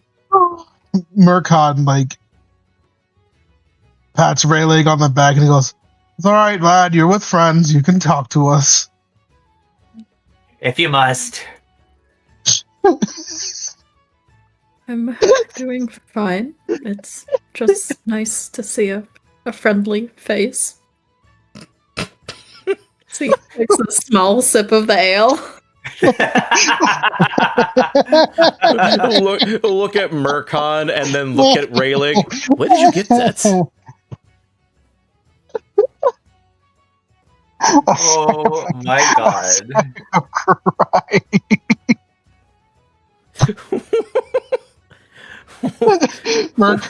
Murkon gives like the biggest like elastic grin, like he just kind of like you know what? You have anything a little strong tonight? Maybe like something you could do as like a shot of a little sip to bring the mood up a little more. Be interested? Shot a sip? What are you, a coward? Yes, I do. She grins at you, Murkon, as she... 1 second. Why am I getting pinged right now? What the fuck do you want, man? It's just Oh, okay. That's fine. All right. She does. She's looking in your direction as she like mutters under her breath, which you could hear because she's literally in front of you, as if like kind of taunting you. But she does smile. I have many drinks that would put you on your ass in a good mood, make you frisky, make you sweaty, you know, all the kinds. Just depends on what you're looking for. Eyebrow raise. Murkon is like, maybe we hold off on the frisky for now, but that first option sounds very nice. The which one? I didn't hear you. So, which one did you say? The first option. The one on your ass. Okay, got it. Yes, of course. Something extremely strong might put you on your ass if you're very weak-willed, which you boys don't seem to be. So, I suppose I can get the full mixture and just leave it on the table for you and give you some small glasses to sip from. How about that? No shooters, no. Oh, what does they call them? They called them shooters, right? In Wondor, like, oh, come on. What do they call them when it's just the one really strong ones? They put them in little shot glasses. Nothing like that. I do have that, but you will have to purchase the whole drink because of the way the drink is made, and therefore I can just leave it on the table and you can do many shots as you want. Well, sounds like a plan for me, Beatrice dear. On me, of course. And he gets the coin ready. Excellent. That will be 2 crowns, please. And 2 crowns. That's just 2 coins. Yeah. Okay. He'll slide the 2 coins over. Excellent. Very, very good. I will be back in a moment. Just be patient, and your drink will arrive soon.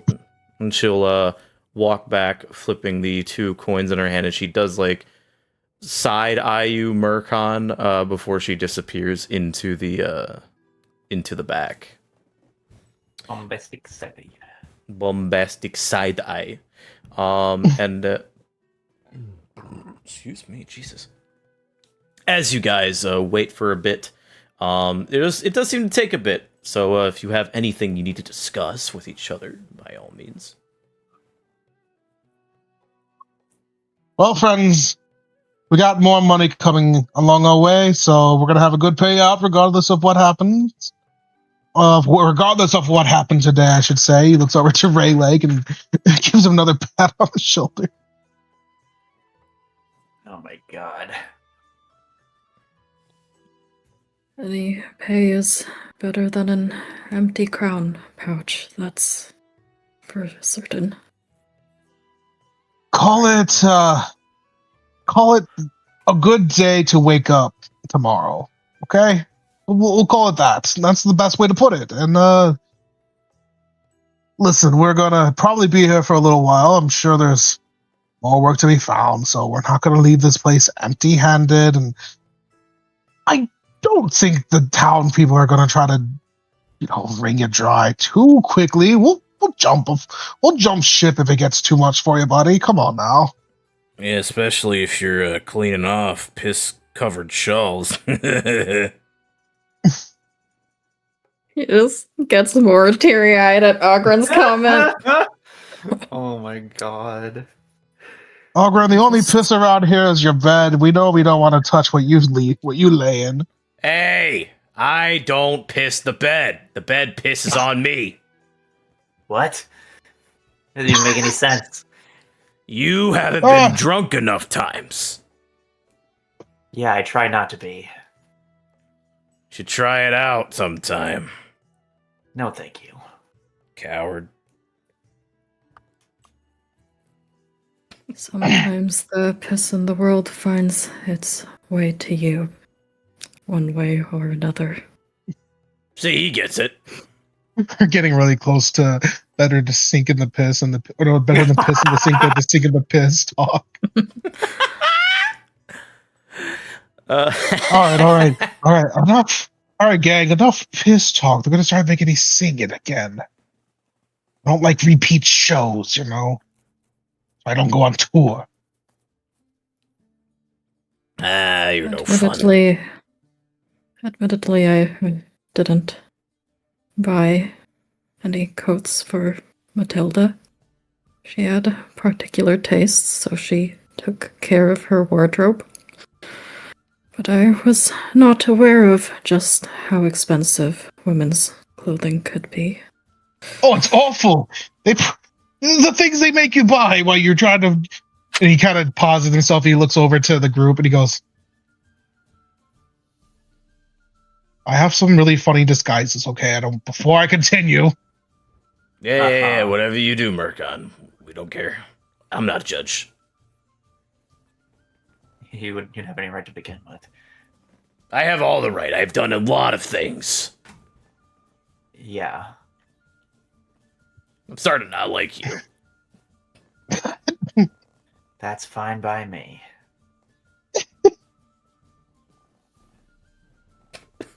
Mercon looks over to Leonin. You're doing that thing again where the last time I told you to go hang out with the petting zoo, you tried to crack the whip in my face. He looks in the face like, are you an idiot?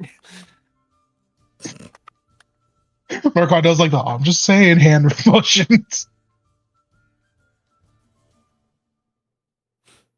You feel... I'm surprised feel like you should be in a better mood, Leonin. You single-handedly saved that bear's life. And the cubs. I am in a good mood. Are you? I feel like you've been around me to know that I'm not a people person by nature. Well, now I know that. Every god in existence clearly knows that now. Fuck's sake. And like I Mercon, said, that's by me. Mercon wraps his arms around each of the shoulders, like, all right, children. Come on, we're here to have fun. I think the last thing Goatman here needs to hear is more bickering. I don't want to... He looks over to Rayleigh and goes, I want him to start having memories again, remember? And he kind of does the little arm squeeze around their necks, be like, kind of emphasizing. He just fucking slaps his hand away. You feel Ogren wrangle out of your grasp. Yeah, I get it. And then you feel a very gentle nudge in your leg, Leo, as Angel headbutts you. Give him a little pat on the noggin. Oh.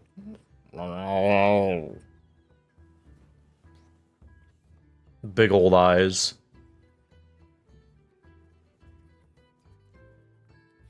It is at this time that Beatrice does return, and she sets out a mug that appears to be glowing. Like a large tanker that has a frothing, bubbling mixture at the top, and it seems to be glowing a golden color. And then she slides shot glasses to the 5 of you, all of them made of glass. There seems to be a little label on it that says Tipsy Tinker with the label of the sign that you would see outside, but very much etched into the glass. And she smiles at all of you. Well, I do hope you enjoy your drink. That will certainly, well, you drink too fast, it will put you on your ass. Let me know if you need anything, boys. And Kuji. And she will move on down the bar.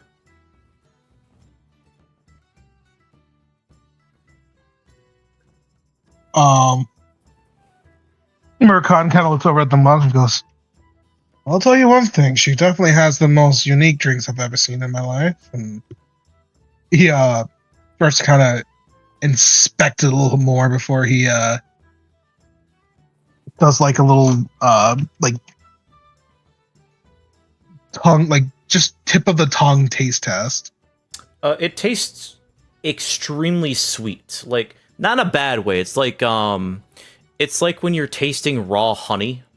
But you also have like a very like strong mixture of like a different kind of alcohol in there that is, it comes first and then the honey is the aftertaste. So it's like the opposite of what you would expect a strong alcoholic beverage to be. So there's definitely some alchemical mixing that's been going on with how she makes stuff to make it more pleasing to the taste buds. And it literally almost tastes like you're drinking, if you were to drink it, liquid honey, with a bit of a forward taste, to say. Oh no!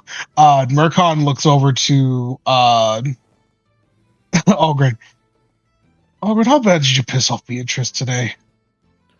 I didn't. I don't think I actually pissed her off at all today. Why? Oh, I think she's trying to kill us because this has the best taste of alcohol I think I've ever had as it is straight in terms of a liquor. He kind of like starts to pour like a shot glass as given. And as you do pour it, it just slowly pours out. It's almost as if time is freezing as it slowly pours into your cup. As it kind of does look like honey, but it has like a much darker tint, like a darker orange. And as it like does enter the glass, you see that it slowly forms some bubbles and then turns into liquid. And Ogren, like, both of his eyes raise. Wait, you only had to pay 2 crowns for that? Murkon raises his brow and he goes, I think she likes me. And he No shit. and then he We were starting to does, gather that, yes. he does take out of the group the first shot. Make a go ahead and make a, since this is your first shot and also it is a shot, not the full beverage. Go ahead and make a guess in this case, I guess a finesse check. This will be a reaction roll, so I don't get fear from it either way. All right, so you don't earn a hope because this is reaction. Yep. So as you take the shot, it's that burning sensation of like it's scotch and then it's whiskey and then it's mead and then it just turns straight into like you're drinking honey.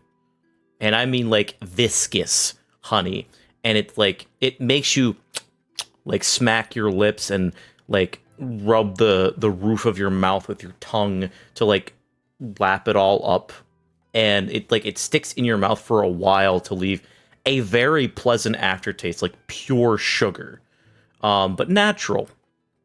And it slowly enters you, and it's warmth that fills your mind, and you feel really good from this first shot by itself, and you feel really warm. And you're already tipsy from it. Murkon Murkon does like a little bit of that, like that shiver you get from a drink, and he just goes, "Oh shit!" And he starts pouring shot glasses for Rayleigh and Ogren, and of course Akuji. Yeah. As Ogren looks at the drink that you pass him, 2 fucking crowns. It's like a whole. That's a. You know that drink is worth 10 crowns, right? Murkon was in the middle of pouring himself another shot, and he goes, "Oh, I'm glad she didn't do that, because I would have drained my entire wallet."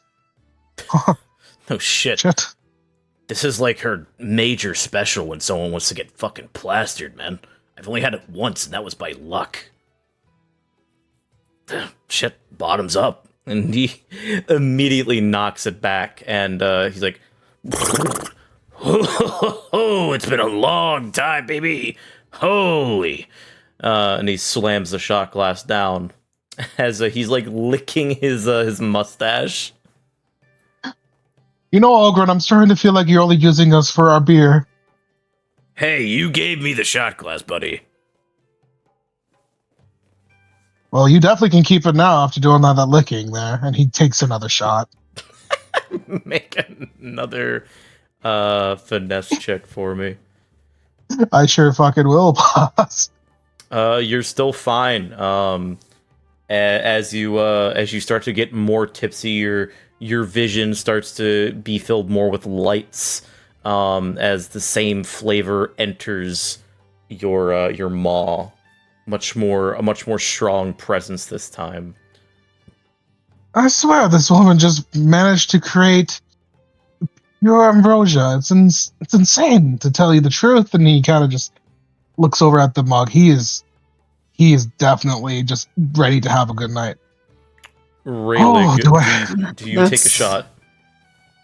Yeah, he'd kind of like look down at it, and he would take it. He'd be like, "That's Beatrice for you. She's truly a wonder." Rayleigh, you actually know that this drink is called Golden Ambrosia. Then as he puts the shot glass down, he'd be like, "And you're correct. This is her concoction called the Golden Ambrosia." Is that a Deus Ex reference? Oh, I'm not smart enough for that, so no. You're telling me you know better than FEMA what to do with this week's ambrosia shipment? No. No. Rayleigh, go ahead and make a finesse check for me, please. why are you locked in the bathroom? Why don't you try getting a job? Rayleigh, thankfully, again, this reaction roll, so you're fine, mostly. Man, do I have permission to bully you a little bit? Spend Life does that enough fear. already. Okay, well, the fear's already there, but, as the ambrosia goes down your stomach, and the taste is like the bitterness, which you're used to, but then it hits you sickly sweet almost. To you, it's more bittersweet as it makes a memory appear.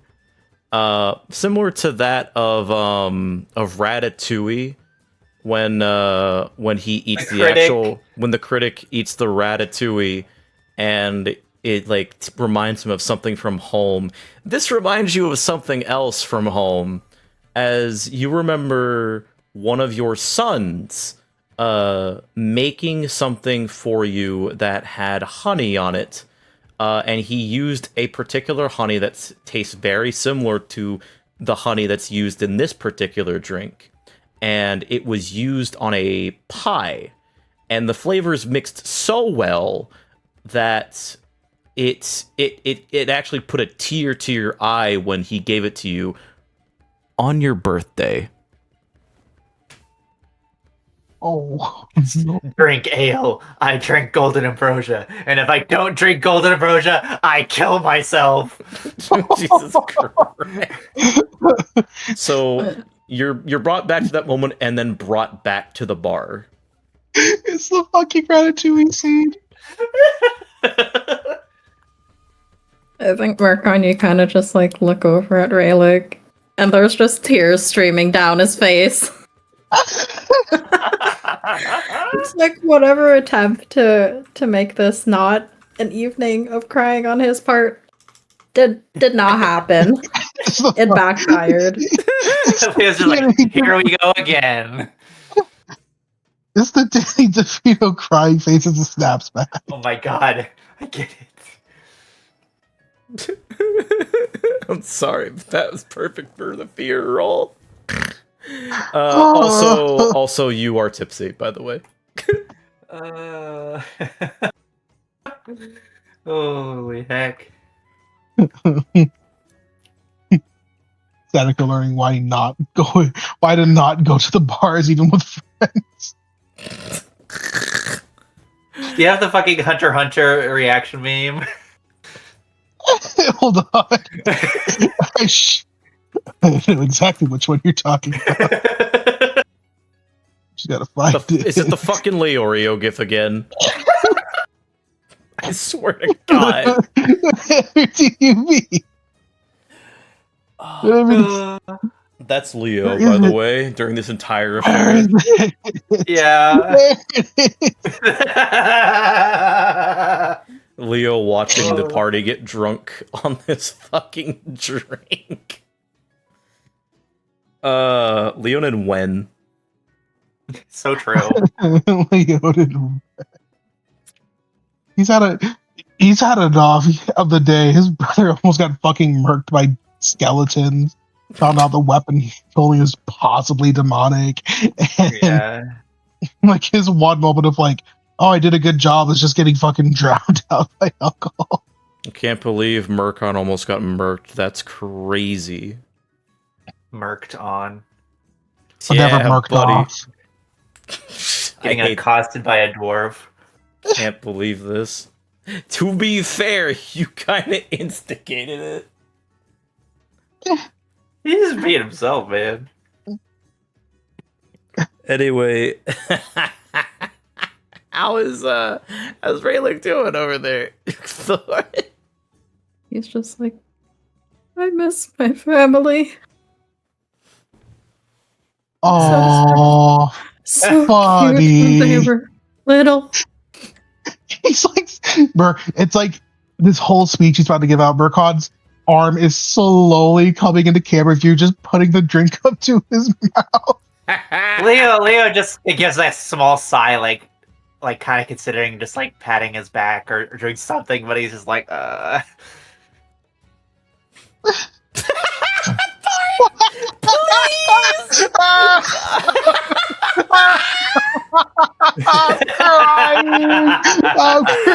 Oh my fucking God! So, for the viewers, Thor put in the Discord chat a gif of a really sad baby goat facing the wall, refusing to drink milk from a vial. so real. Fuck! Oh God! my God. Oh Jesus! Oh, Oh. all the gods and Sheb Delon are staring down at you from the heavens, Rayleigh, and saying, "This poor fucking man." we need a while. We're gonna set up a meeting to throw a bone for this guy. Leo's just like, I'm actually starting to feel bad, but I don't know how to connect with other people very well. So he's just like, Oh my God, dude. Even fucking Ilya's staring down. She's like, I didn't fucking do this. I didn't fucking do this. I didn't do shit. I didn't do shit. I didn't fucking do this. Sorry, Mirko, what were you gonna say? Oh no, he's just gonna keep trying to feed really as much as that fucking alcohol to get him. just to clear him up at some point. I didn't fucking do this. Really, you were given another shot What?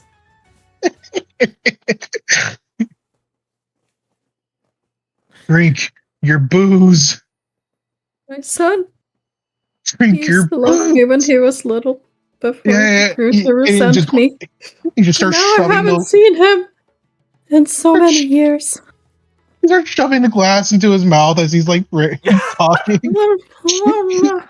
Yeah. Shh. All right, buddy. Oh, good. Oh Hey, my god. hey, you're I'm with just friends. imagining Beatrice down the way, just looking at this like. Yeah, she's just like going to check in on you guys, and she immediately walks the other direction. Markout's like, hey, you're with friends. You're with friends. No.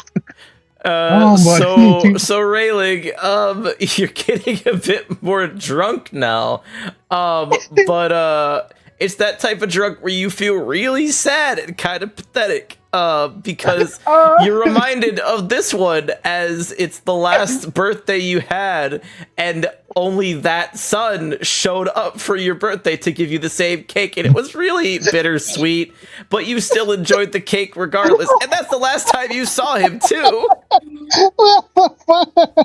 He's just sobbing right now, just like doing like the, like, you know, like ugly crying kind of. It's gonna be all right, I guess.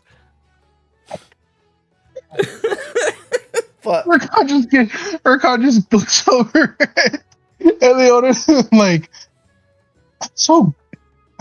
I want you to keep trying, but I also don't want you to He's keep giving him trying. like, you know, I don't know how to fucking deal with this shit. Angel walks over and puts a big ass paw on your leg, Rayleigh. He just gives a sigh like, oh, finally somebody knows how to actually do this. You get the big ol' eyes treatment. He like looks down at Angel and pauses for a moment before his face goes straight into Angel's fur, and he's just sobbing into Angel's fur for the second time in the last week. He gives Angel like, I'm really sorry look. Just like a muffled. Yeah. Murkoff just does like the little like, I'm gonna pat your back, but then I'm gonna stop touching you now. Like patting, and he just kind of goes back to his drink and goes, oh, what a group of adventurers we are, huh? And he just starts going to like he goes to the ale that he was gonna give Rayleigh and just starts drinking from it. You drink straight from the actual tankard this time. Oh God, don't make me roll for that. Are you oh, it's not the shot ale. Okay. The ale that you gave Rayleigh. Okay. Yeah, the one that he was good, the regular one he was gonna give Rayleigh before he asked for the golden brooch. It's our regular stuff. Okay. It would mostly be there. He only took the one sip. Understood. Where did you even find the ale? Did you just pick it up off a table?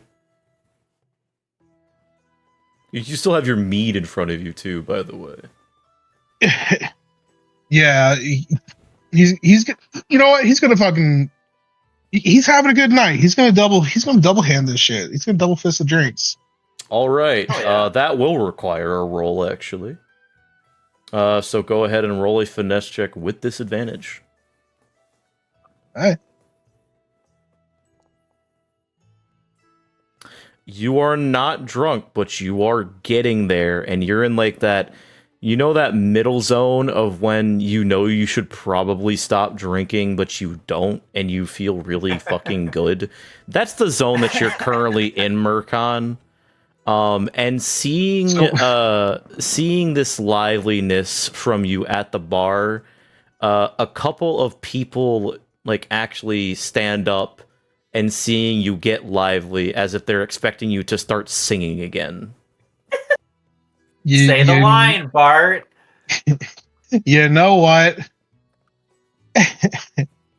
He's gonna kind of look over to Beatrice, make sure he's not ready to make too much of a scene. He's still got that tiny bit of like self-awareness left because it's her.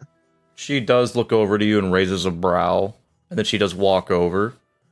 Did you need something, darling?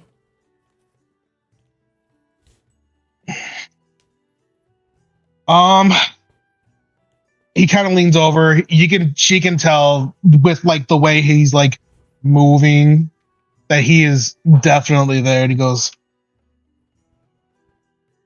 "You have any good local songs that people tend to, you know, kind of join in quite a bit for? Something to bring the place a little bit upward." Nothing that really comes to mind, as we don't have any, as you say, intrepid tales of adventures on many high fancied adventures. It's not like we're in London by chance where there's many of songs, but usually we have people like you that come in and just sing songs off the whim. Off the whim.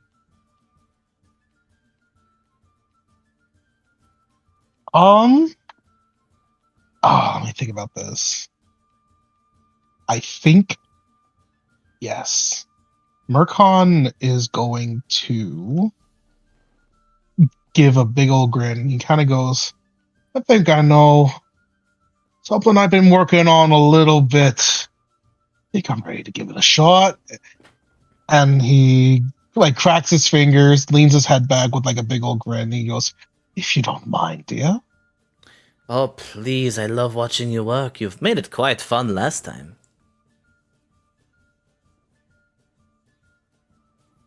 I think you might. Well, I think you might like this one a little bit differently than the rest, but let's see how I do. And he gets up as he tests his ability to stand. He definitely tells he's a little bit Yep. You are a quite little wobbly. bit. But He does kind of like, yeah. I was gonna say it's it is the perfect wobbliness to kind of catch yourself, as if kind of drunken monk style, but not enough to where you would probably fall on your face. So like I said, you're at that like perfect balance of drunkenness right now. Hell yeah. Murkon then is going to sing a song while doing a little bit of a dance. It is not the same as like the Tales of the Piss Troll, or really any of his other funny songs. In a way, it's an ode, ode to the Tipsy Tankard and Beatrice, as he sings about, you know, pretty much in a way where he's kind of highlighting all the great things he's seen from the place, all the people, the drinks, and of course Beatrice herself. And almost like it's advertisement for the place, just kind of thinks about why they should all come here versus anywhere else. It's I would say that you do find the as you start to perform, I will say that the stanza, or rather the chorus for this would be the Tipsy Tankard, it's your favorite place for beer, and then so on and so forth. So go ahead and roll your presence check with advantage. I feel like the big thing is like, "Welcome to the Tipsy Tinkerer, we'll fix you up a beer," things like that. I'm going to use a hope for his jester experience to hopefully make a good roll out of this, because the last thing I want to do is by all Pray for means, the gods. Scroll down, and that'd be great if it was good. Oh, all right. So of course it had to be a fear. Damn. So as the you see that several people start to quiet down as you stand up again, and because of your performance from last time, they actually start to assist you as they start to make a gentle beat on the wood, like the wood furniture, and you start to find a bit of a groove as you start to sing. And much like the Piss Trolls, you start to sing and dance, and you start to make your stanzas fit very well with your rhymes, and then you get to the chorus, where you sing Tipsy Tinkerer, your favorite place for beer. It's a place for everyone, no matter how queer. Yo?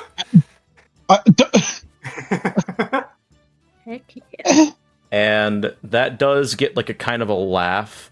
And as you're like swinging around one of the railings, like poles where the railing is like holding it up as a foundation, from that line you do see Beatrice actually giggle from the back, as if it's a very approving line.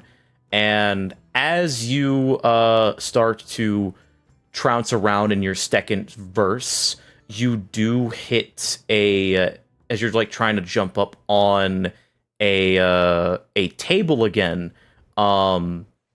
You stumble and you take a tumble, and your face is hit head first on top of a like flat part of one of the benches, and you land in someone's lap, like face first into someone's lap, but you're still singing the entire time. Yeah, he does like I imagine he'd probably like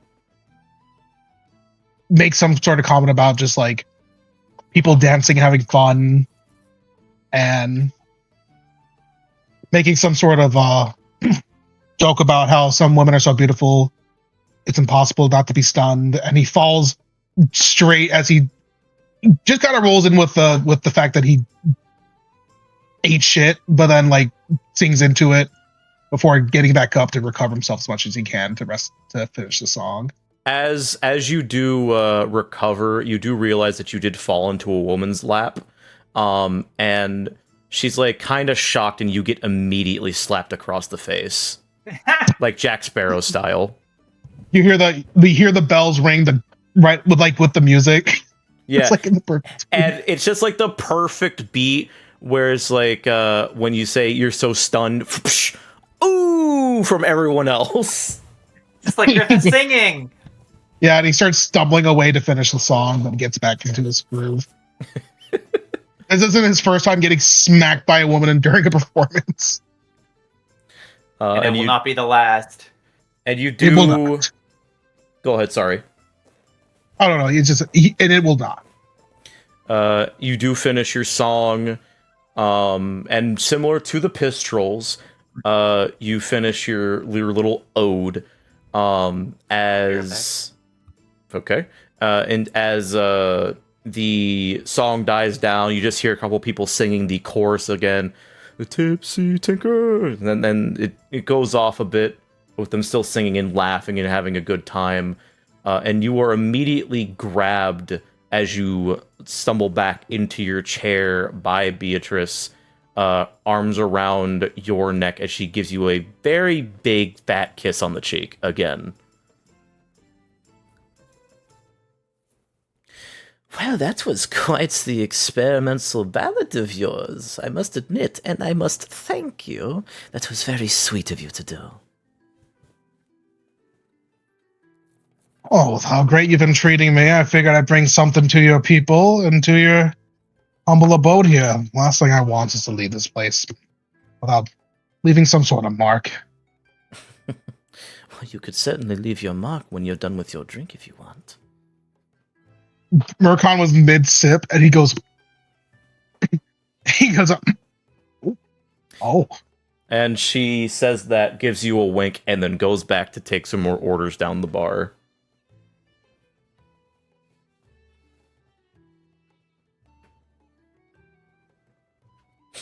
So it's one of those rare moments for Leonin to see Murkon like. It's more than just him enjoying it. He seems genuinely just like very happy, like in a like this is a good memory kind of way, not just a fun moment. I do believe she said she would be RB. Yeah, I'll bring that up, man. For sure. Yeah, Murkon. Yes. Now, perfect timing. Repeat yourself again, Voodoo. I did say this is probably the moment like Leon would like notice like Murkon is not just like happy for having like a fun moment. He's like having a good memory of it. Like you can tell he's like this is not a moment he's gonna forget for a very good while. Leo just Also, the feels like first time. Yeah. Sorry, Also, go the first time he's seen him. First time he's ever like sang for a place to like give it like free advertising that wasn't like something he like tried to barter money out of. Leo would just give like a small smile. Just like. He's like he's glad he has this moment.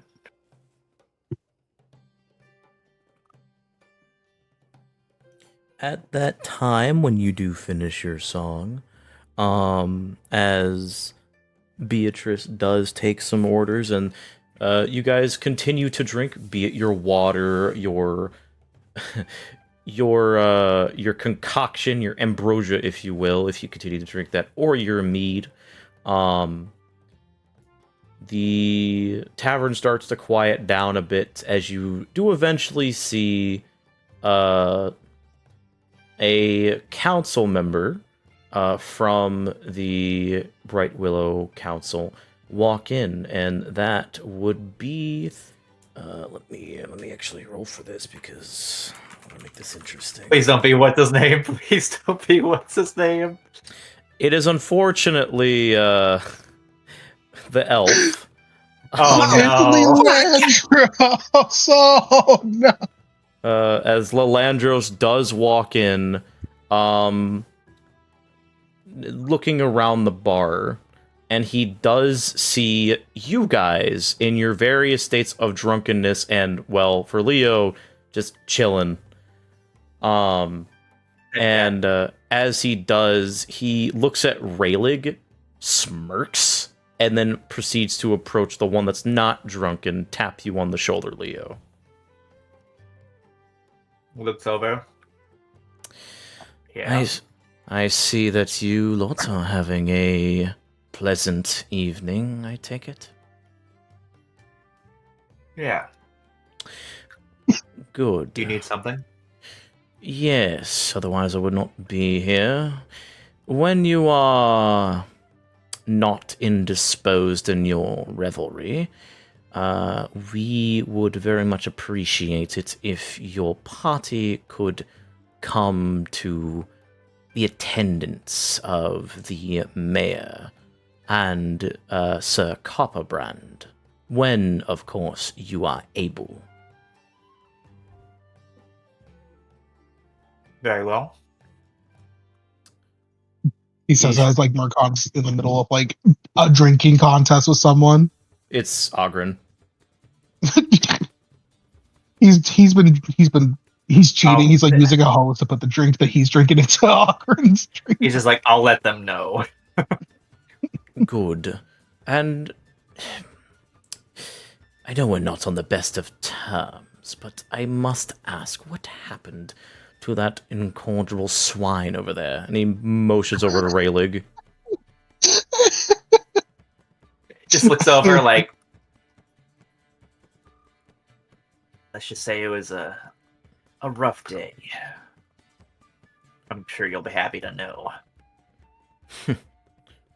I'm not surprised in the slightest. When are his days not rough? Deserved. Anyway, whenever you're available. And he proceeds to quickly pivot and walk out of the bar. It just looks like, yeah, they need some time. As you proceed to win the drinking contest, Murkon, as Ogren proceeds to very much get more and more close to his normal blackout drunken state, this is where we're going to take a brief break. We will be back in a bit. Welcome back to Fractured Shadows. Getting drunk, having sad and good memories all the same. One present, the other in the past. As you guys did get a little message from Lalandros that you were needed whenever you are free, and considering it's late at night, this will probably be tomorrow morning. However, as you are finishing this drinking contest with your good old buddy pal Ogren, you see that he is shit-faced and you are not shit-faced, Murkon, as much. And he starts looking at you like, wait a second. You cheated, didn't you?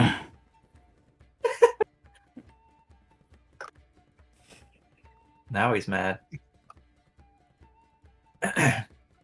Murkon does like the little shrug, and you can clearly see the hose coming out of his hand. He goes, "Oh, what can I say, man? I have a date tonight, and had to be playing games all night."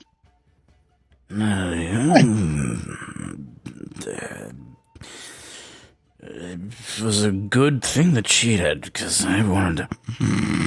He just like falls asleep on the bar top. So real.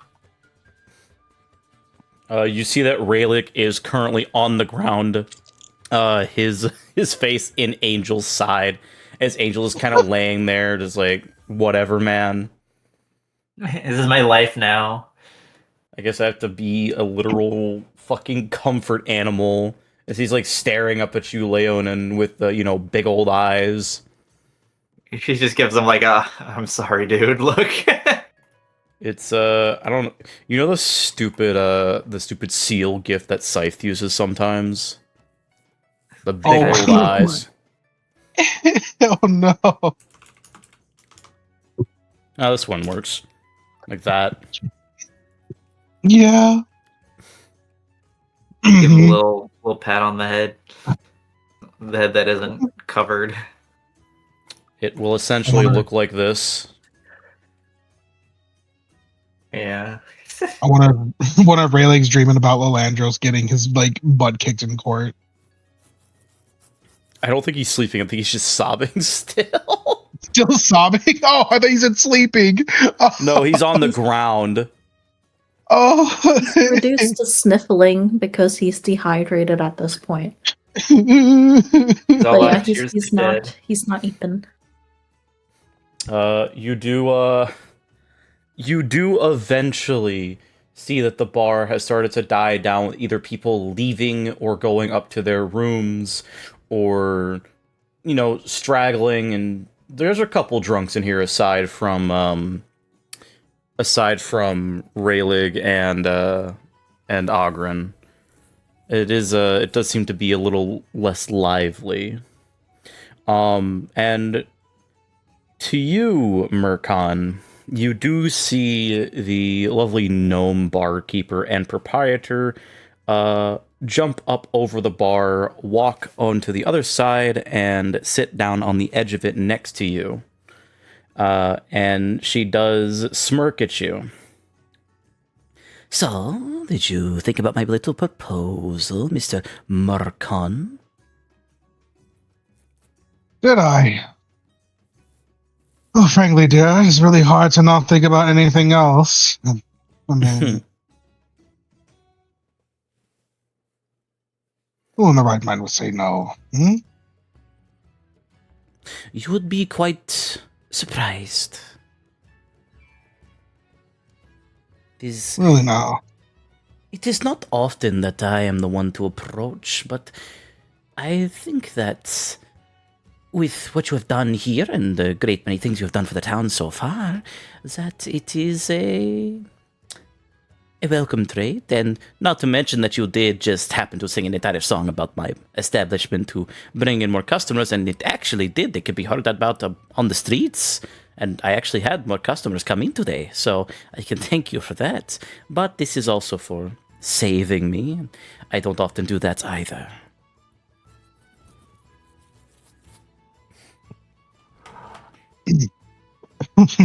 Murkon kind of chuckles a little bit. There's a little bit of nerves in this time as he kind of goes, "You make it sound like I have a little bit of a crush on you at this point." With, it's clearly I'm just doing my job, And just kind of starts to roll the bell on one of his hats between his fingers. He kind of just thinks a little bit, and it's just she gently runs her hand up and down the front of the X that's where your harness is, and then you swear you hear her purr as she trills her tongue on her lips. Is the Silverbrook nervous? A little old Beatrice? You see this like very impish look, this very impish, mischievous, devious grin on her face.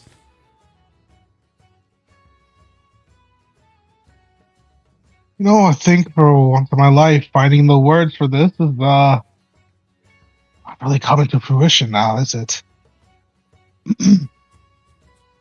Mercon, Mercon kind of like taps his fingers along the counter as he goes. I think if I were to say it was nerves, I would reserve that more for the work that I do. You, on the other hand, you frighten me in a good way.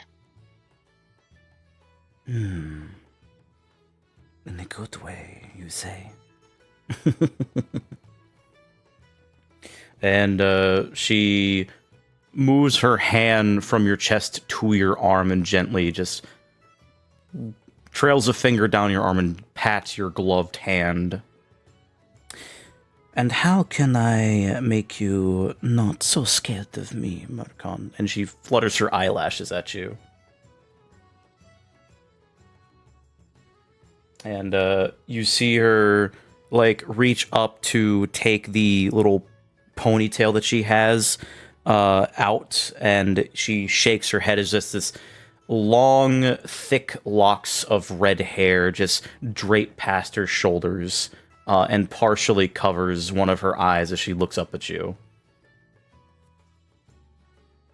Mercon, there's a little bit of a shiver as he sees it, and just like he sits up a little further. He goes, "Perhaps I can face my fears somewhere a little more private."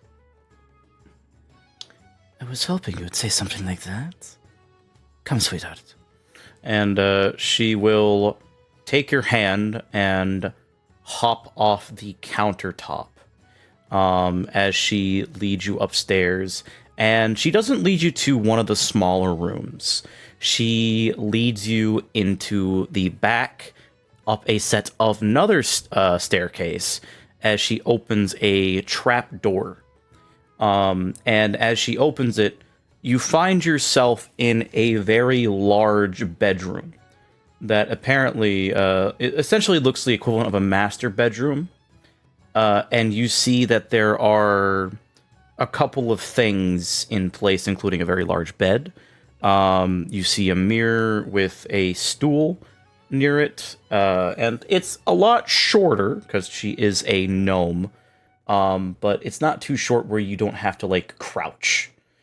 And as you're looking around, you do see that this is very much a living space, which used to be an attic. Mercon actually, for a little bit, taken in a little more of the abasement of the room, and goes, "Oh, I've actually figured your room was the lab. I didn't figure you..." No. That is where I work. We do not mix business and pleasure unless that's what you're into. Mercon gives like a little nervous chuckle. He goes, "I guess I don't know. I guess I would have to see what the pleasure is about first." And he kind of like stumbles. Like, "That was kind of cheesy."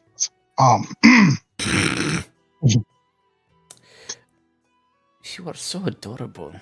And she sits you down on the edge of the bed, hops up in your lap, and gives you a kiss, and that's where we're gonna fade to black. And this leaves Leonin and Rayleigh down at the bar that's dying down. Rayleigh, what are you doing? You still being a sad sack? Sad sack next to Angel, yup. Yep. All right. Leo, what are you doing? Oh, he would actually be like on the other side of Angel, just like looking at him, just like, I regret saying this, but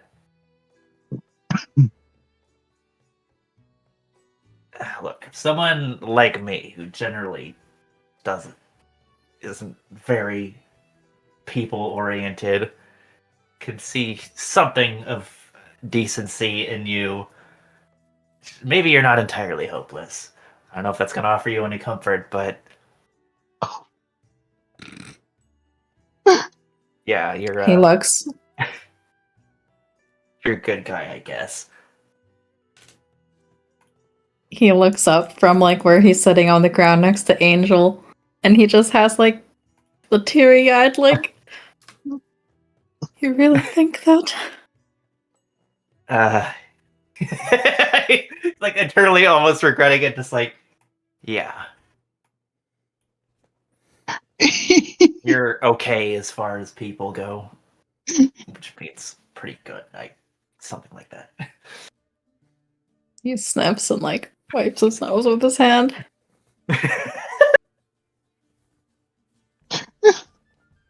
Yeah. So good. It's the sad creature laying on his side with the tomatoes. I haven't had friends like you for a very long time. Not since I was much younger. That's so. I'm really glad that we met. All right. Yeah, I'm happy to. Just he just like hands him a handkerchief. I think my cat's fur has had enough. You just see that the place where you've been like sniffling into Angel's side is just covered in fucking snot and mucus. He takes a handkerchief and starts like wiping Angel's fur. Oh my gosh, bro. Oh god.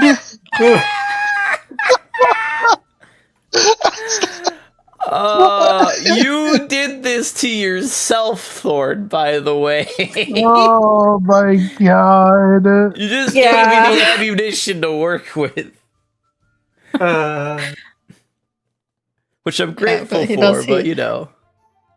He does his best to clean off Angel and gives Angel a quick scratch and says, thank you, my furry friend, for what comfort you allowed me.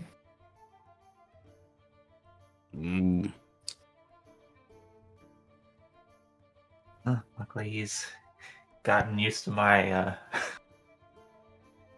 my aloofness, so he's used to dealing with emotions. He does like give you a look, Leo. Gives him like a pat on the head, a little scritch to the ear. He leans into it, and that's when you feel a little tap on your shoulder, Leo. Would look over. It is the tiefling that you spent the night with previously, Lilith. Oh. Miss Bright Willow, what do I owe the pleasure? What do I owe the pleasure to see you here yet again? I'm just coming in a bit late and wanted to see if there was anyone around that I knew, friends, flings, otherwise. And I see that they must have closed up early because Beatrice is not behind the bar. Let's just say she's meeting with a guest. She raises a brow at you. Really? In such a manner.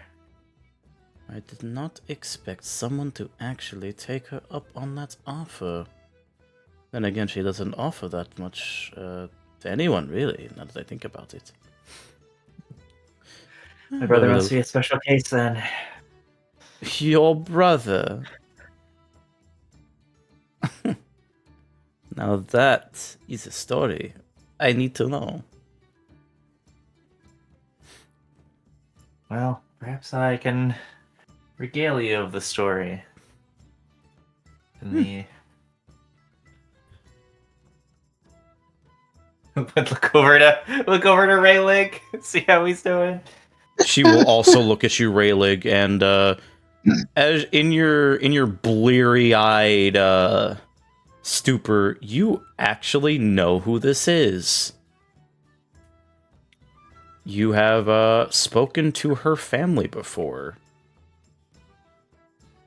And you know that she is nobility, but you also know that she is very kind as a noble. So the complete foil of House Zaranova.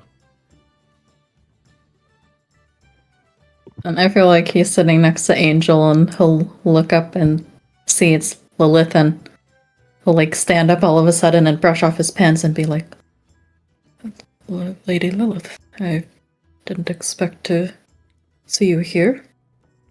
Lady. Guess that's what I call you now. You can call me whatever you want, Leonin. I do not care. And she looks over to Raylig. I believe you do remember me, after all. It has been some time. I did see you at the bar the other day, though you seemed very deep in your cups and enjoying yourself, so I did not bother you. I had, let's just say other interests in mind. Yes? She's like, But, yes, for your information, Leo, I am named Bright Willow for a reason, you know. Thought it sounded bougie. And she snorts, gently patting you on the shoulder. Yes, it is, the rumor usually goes that my ancestors founded Bright Willow Haven, despite the fact that it was also founded by a group of dwarves, but there were some Damari amongst them, I can say that much, and needless to say, that is, we helped the town out. Raylig, you do not need to roll for this. You know that Lilith Bright Willow is from last time you've seen her, the heiress to the Bright Willow family, and is essentially the only real noble house in Bright Willow Haven. And the Bright Willow family is very well respected and loved in Bright Willow. Their namesake, if you will. And it's kind of like bringing you back to like a weird state where it's like, there are some nobles that are actually decent people, and the Bright Willow family are those type of nobles. You know that they help fund a lot of the projects that the town have and help give actual payment out due to their connections with the Merchants Guild. He gives a nod as she's saying this. And he says, I do hope that your family is doing well. We've been met with nothing but hospitality since we entered town.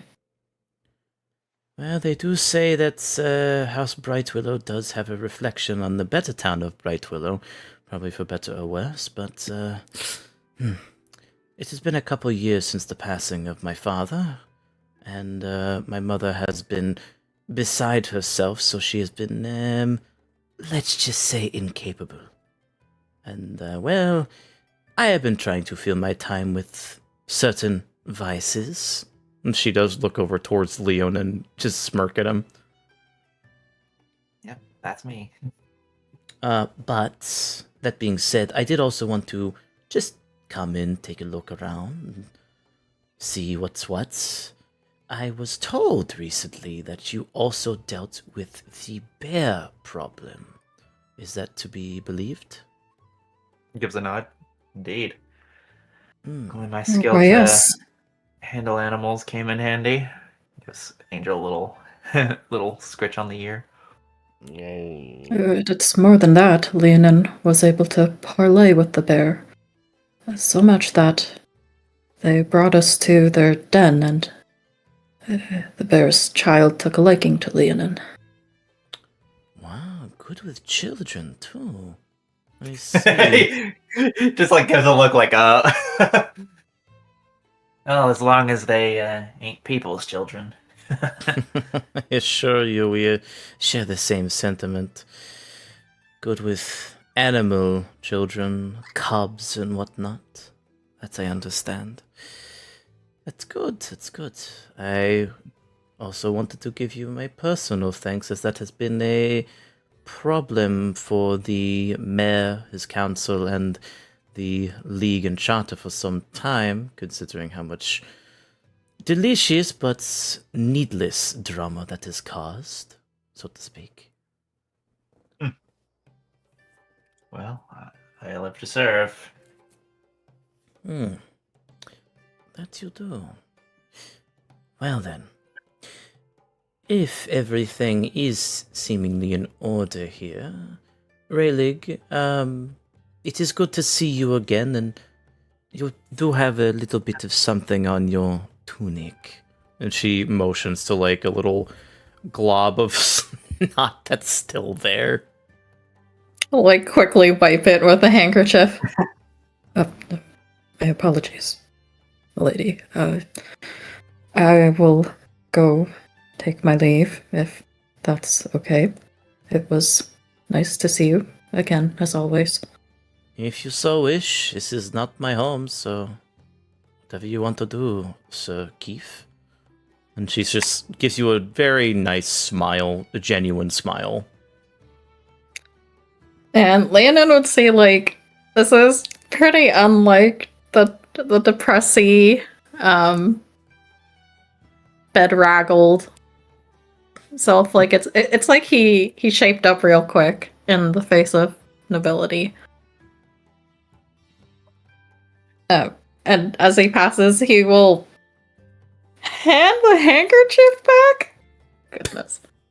It's just like, you can keep it. Very well. I will return it in the morning. And he'll skedaddle upstairs. And you head to your room. Head off One to more the- crack. Just like, don't wash it in the fountain. Christ. Oh He my! throws his arms out like, that was a joke. It's like just like the glass shattering. Just like that's what you see in his eyes. Oh! Elias is like, you did it again, Leo. Damn it. I will. Wash Not, away of the ones that course. care about you the most. I will use the wash basin and the. His voice just trails off as he walks off. Oh! Do not worry too terribly much, Leonin. He is... I hate to say it, he is very much a sad sack, in layman terms. I'm beginning to notice, but I can't be too mad at him. I guess he means well. He does mean quite well. He has been, well, needless to say, a sad sack since I have known him. I think him being outside of his usual duties, as they once were, might have helped with that a bit. So it is hard to say, to be honest. Anyway, and you do eventually see Akuji also walk up to her room, as she does join you back by the bar. Well, everything considered, how did you fare? Did you, you said you parlayed with the bear, no doubt, but what else did you find? You know, my intrepid older brother, he went to follow some tracks, and it seems there's some remnant of cult goings on in that forest. Ah, yes, the Demon Coven. It was a very dark time in Bright Willow, that. It was actually near the time that my father died, shortly after that was done and dusted with, as they say. But That is interesting you mentioned that. Was there anything specific about the remnants of the demon coven? Well, I wasn't there when my brother and our fellow adventurer Akuji investigated. But luckily they got out before they sustained any deep damage. Hmm. That is good. That is good. Nothing bad. Nothing great either. What about this band of brigands that has been causing some trouble for the town? I know that you cleared out the tavern, but was there anything of interest outside of that, or no? Well, when we did our business with the bear, we did retrieve the weapon that was said to be in his side, and we took it to a local blacksmith to have it examined. Apparently, it also might be connected to this demon cult business as well. But Interesting. As for the finer details of that, I can't really say. It's not yet. Well, from what I've heard, this is just purely based on speculative rumor, but the one that died to the bear, the one that allegedly this weapon got stuck into, was a mercenary or bandit of sorts, and allegedly they were part of this group that were not completely new, but not also familiar with Bright Willow Haven. There was no evidence of this when you found it, or no? Well, there was the amount of similar weapons in the bear's den where it was apparently confronted. Again, the finer details of such things remain a mystery to me at the moment, but I see. Well, if that is the case, then I should not bother you anymore about it. Especially if you do not know that information. I know I would get tired if someone asked me that many questions as well. something to talk about, I guess. Yes, I suppose, but I think there are plenty of better things to talk about. And as the questioning ends, she does smile at you. You never really did tell me, Leo. Are you actually a Silverbrook? She grins at you, recalling the conversation from before. Gives a quick raise of his eyebrow, or just like. I mean, would it matter much if I was? No, I suppose it would not, but it would, as I said before, make life just a bit more interesting. Wouldn't you agree? Well, it's nothing so impressive. I'm not exactly a seasoned hunter myself. I'm still more or less in training. Could have fooled me. So I don't know how much spice that would bring to the proceedings. She does gently wrap her arms around your neck. Do you pull away? Nope. And she does grin. Variety is the spice of life, and having the spice of Silverbrook in it brings quite the variety, if you aren't aware. It is not often that a member of House Silverbrook shows their face in a small town like this, especially for an extended period of time. The last one was the eldest, I do believe, not the patriarch, but your older brother, if I recall. Saradis was his name, no? Indeed. He's in fact the expert on demons in the family, so it's more of his. Well, If that is the case, I do not imagine that he would have turned immediately around if Rose Dove was to send him a message of sorts. But if it does involve demons, he could be showing up here sooner or later to provide such expertise on the matter. Well, that would certainly be helpful for the town's sake. Yes. Though if he does show up, Leon in Silverbrook, and she does emphasize Silverbrook in a whisper, what would you do then? Would you continue to help us, or no? He puts his eyes tilt up and as he thinks, just like, well, I'm not currently certain what our, at least we haven't come into a consensus what our next stages in our little journey are. But I suppose. Go ahead. No. Continue. I suppose as long as I remain, I am at the service of the town. At the service of me, perhaps. And she, like, flutters her eyelashes at you. Well, it does have your name. That it does. Flick of the eyebrow. She does lean up to kiss you on the cheek. Tell you what. I will help you as much as I can if you decide to look into this brigand business. This rumor does fall back to me when the council does have a problem.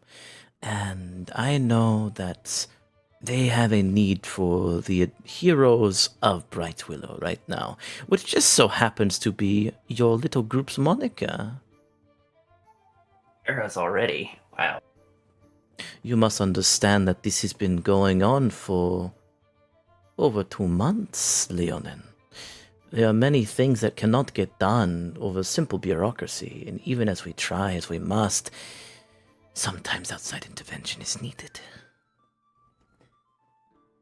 See your point in the matter? They often do. I'll see if I can, I'll see what my group thinks. Maybe that little moniker will put some sense of responsibility into my flighty brother. Perhaps so. And if that does not convince you enough, you do not look like a man that is victim to simple pleasures. Though I can assure you, my pleasures are not so simple. And you feel something grace the side of your cheek as the tip of her tail just kind of rubs against that your jawline. Yeah, he's already doing like the fuckboy hands on her like hip. Oh my god. Man is up. It's a man war moment. He can't help himself. There's silver brooks that can't help themselves. They really are the fucking worst. But Lilith does actually That's kiss quite you on the. insensitive. She does actually kiss you on the lips this time. Very apparently that Damari blood very much showing that she does not care who sees. And as she pulls away, she still leaning up towards you, pressed against you. Shall we take this conversation to a more private quarters? It would be my pleasure. Very, very good. And she does lead you back to your room, where it is going to very quickly fade to black. Star Wars wipe. Yeah, literally. So go ahead and I will prompt a long rest. So y'all get your long rest. And I'll pull up the light to be not dark anymore. Oh, whoops. Uh-oh. Excuse me. So you're all good. Raylig, you are probably the first one to wake up, I will say. As you are pretty much not encumbered by the pleasures of flesh, and you're kind of left to your lonesome. And when you do awake and exit your room, across from you, you see Akuji leaving her room as well. She just gives you a very stern, polite nod as a small smile follows as she gives you a good morning. Yeah, then I feel like she would probably see him, and he has his journal open to a page, and he's just reading repeatedly from it. I am strong. I am kind. I am brave. I am strong, and it just like repeats.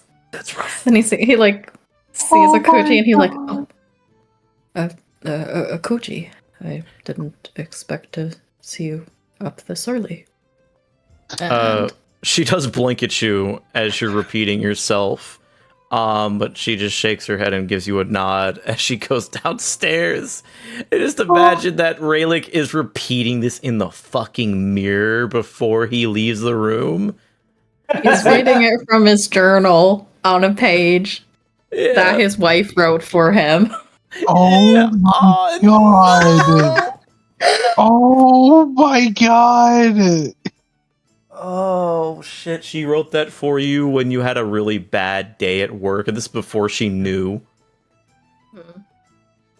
Daily Affirmations by Rayleigh Keefe. Fuck, He's man. just repeating it as he's as he's washing the handkerchief to give back to Leonin. And it is clean. Mercon and Leonin, roll a d20. A D20? Yes. In my Daggerheart? Yes.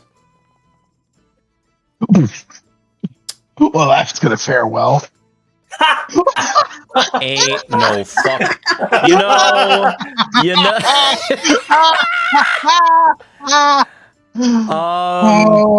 gonna be looking like that fucking shriveled alien. Yes. As a matter of fact, both of you are. Oh no. That was just like a very basic, how did you guys perform? Oh and no. It was well, but you guys are dead. So those were some very, very, let's just say, ravenous women. Oh no. So the first person that does wake up, however, is Mercon. You are covered in bruises and bite marks.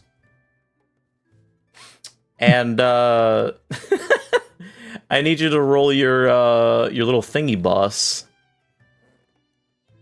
Oh yeah. Oh, New morning.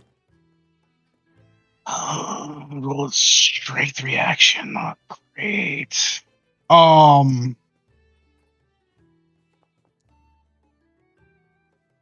Yeah, I think that's yeah, fair. sounds about right. Yeah, sounds about right.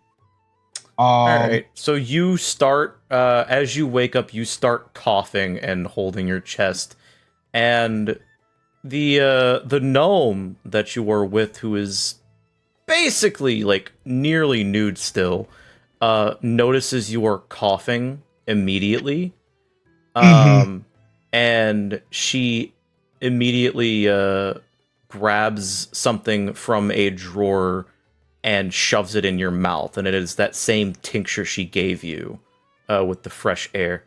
And she's like, breathe. Yeah, he was up. Hang on. This time he's not as freaked out. He goes, uh-oh. She goes over and grabs a vial. He's like, and then she brings it. He's like, oh. And he falls. He was like sat up a little bit, and he just goes straight back to the bed. And he goes, "Oh, fun."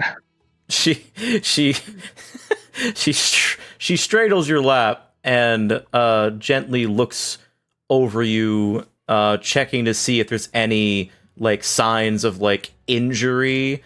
As she like puts on her glasses, her hair's still down.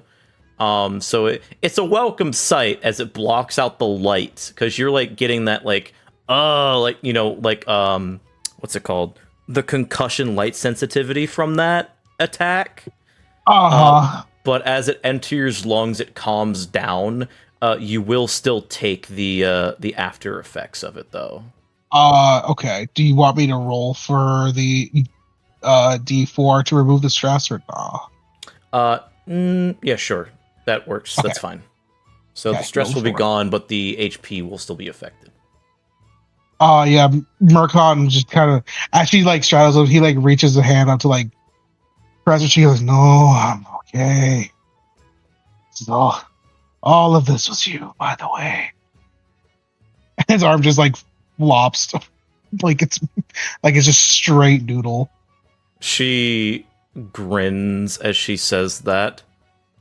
Well, of course I know it was me. I just want to make sure I didn't accidentally kill you. Oh, what a way to go if that was. Oh, I'm pretty close already. I don't think I might just. Oh, I might just let myself go. He's like, she almost like feel like he's about to fall asleep again because he's that exhausted. She actually just lays on top of you, and proceeds to cuddle you to let you take a nap real quick. And she lets you be, because she's just that kind of person. Murkon's like, I need 5 more. Yes, 5 more minutes, Prince Charming. And we'll cut to that off.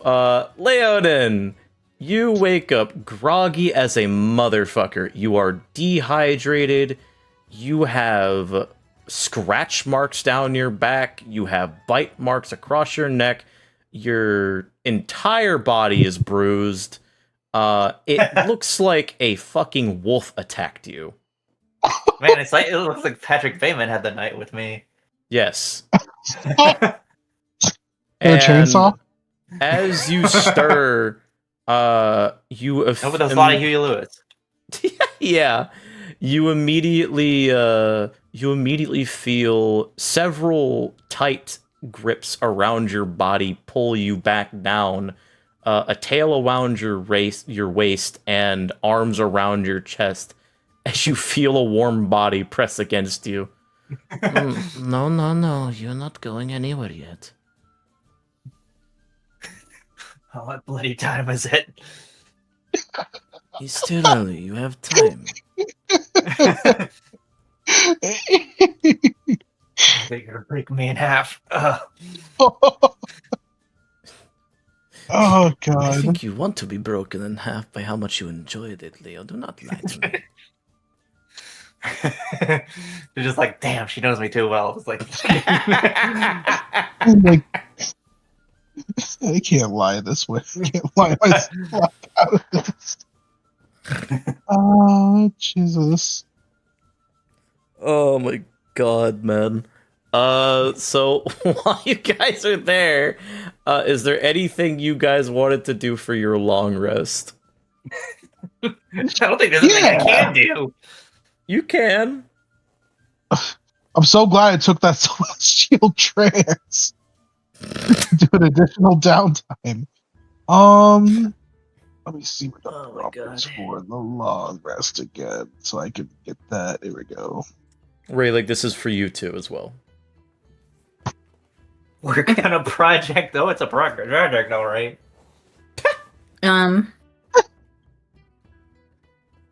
So he's gonna clear his stress because of his premium bedroll. Yeah, sure. And then I just wanted to prepare with both of them, which were his affirmations. Yeah, that works. Go ahead and do that. Cool. Leonin, what are you doing? All right.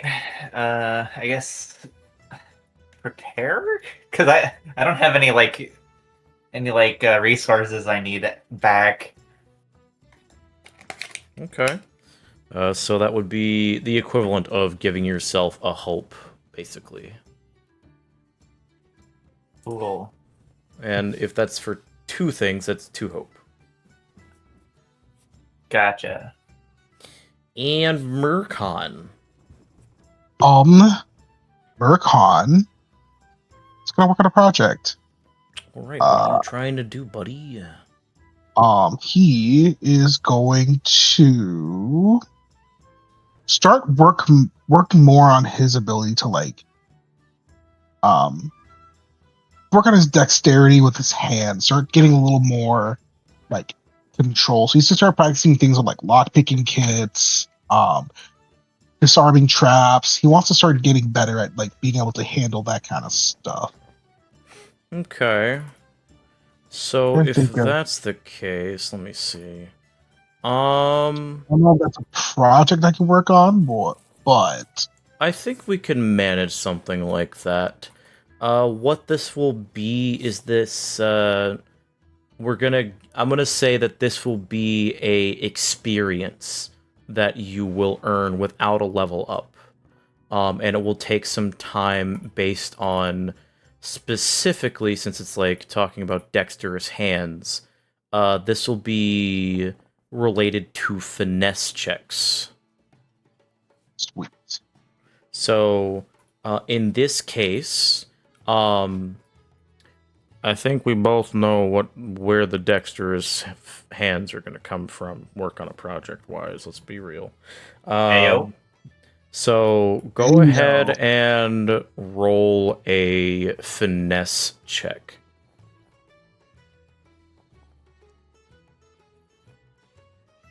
It could have been worse. That could have been worse. All right. So I'm not taking a fear for that. 1, because I'm full on fear, and 2, because this was not going to be one of those fear rolls.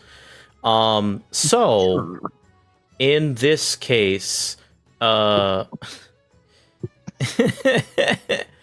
I'm allowed to be slightly adult here, the trigger warning for everyone in the chat, innuendos and stuff related to actual sex. So, Said the word. in your, we'll say foreplay, you try things with Beatrice, and the nerves get you to the point where she actually cringes a bit, to where she says, "Sweetheart, it's okay. Just take it slower. I know you're excited." He pulls up the condom balloon animal. I've done this before, okay? Please. But she actually helps you a little bit. And because we're gonna go with this roll, I'm going to ask you to roll for it again. Okay. And she is assisting you. So would that be I could add something, but Yeah, so this is a partial success now. It's not a partial failure. So with this in mind, things go a bit better, especially with her aid, since it's gnome stuff, gnome anatomy, and she helps you out a bit, to say the least. So we're going to go ahead and make this a count of 8. So 8 times that you want to work on this project to get this experience, okay? sweet. And this will just give you a base +2, unless you get a couple criticals, then I will consider giving it a +3. But with that in mind, please note that you, in your notes, that you have essentially progress 1 of 8 for the dexterous hands experience. And mark it as in training. Yep, I'll make a note right now. I can find my. There we go. I'll just put up my background notes. Fucking So balloon weird. balloon animal condoms is crazy. God damn it. It was right there. Oh, that's great. He's a jester. He's gonna pull bullshit like that at some point. Yeah. But eventually, as you do, is that the only thing you wanted to do? Because you said work on a project, and what else did you want to do? Well, I'm not gonna lower my HP. That kind of goes against what I was doing. I'll have him prepare. Okay. And just get hope. All right. Sounds good. Which is fitting. So the Silverbrook brothers do eventually make their way out, with Murkon coming down first. You're mostly dressed. Your overcoat is a little disheveled, as you feel the gnome kind of adjusting your pants a bit. It's like, you do look a little out of sorts. I'm sorry I left such a good impression on you, Murkon. Well, it wasn't very sorted to begin with, so I feel like this is probably partially my fault, if anything. But thank you, dear. To be fair, it's both our faults. I enticed you a bit too hard. And immediately as you pass by the door, it opens, and you see a tiefling wrapped around Leo, who is also partially dressed.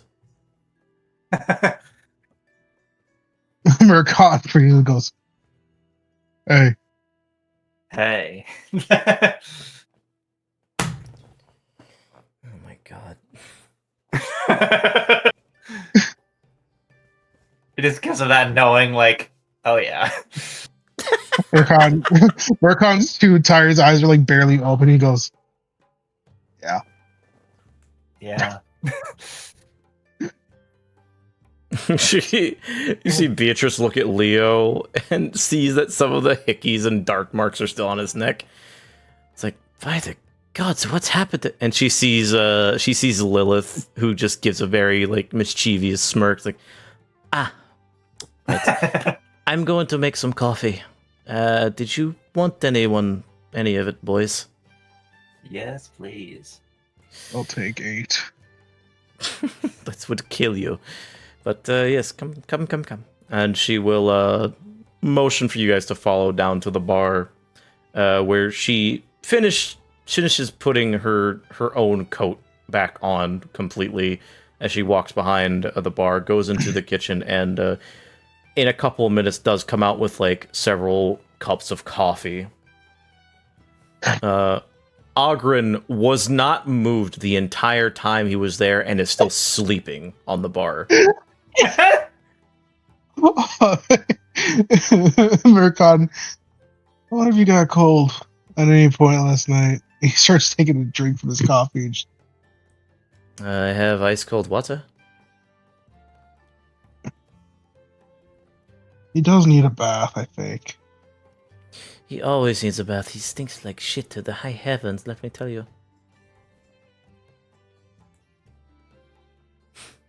I'll be right back. Right back. And she walks back in the back. Soon puts a bucket on the table as she is seen with a powder that she very quickly just... Oh, there we go. Okay, and she blinks very rapidly as she gives a very wide grin to you all, as she pushes the water bucket towards you, Murkon. Okay, silly boy, do your silly thing to the poor dwarf man.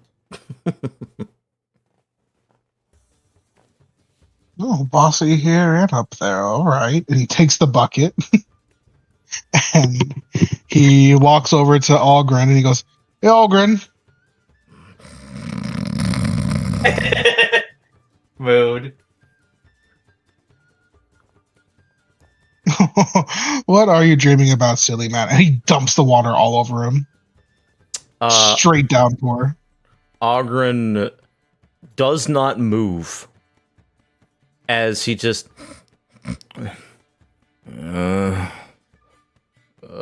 it's like you've seen the videos of like when people get water dumped on them, they wake up really fucking slowly. It's the That's mustard. Ogren.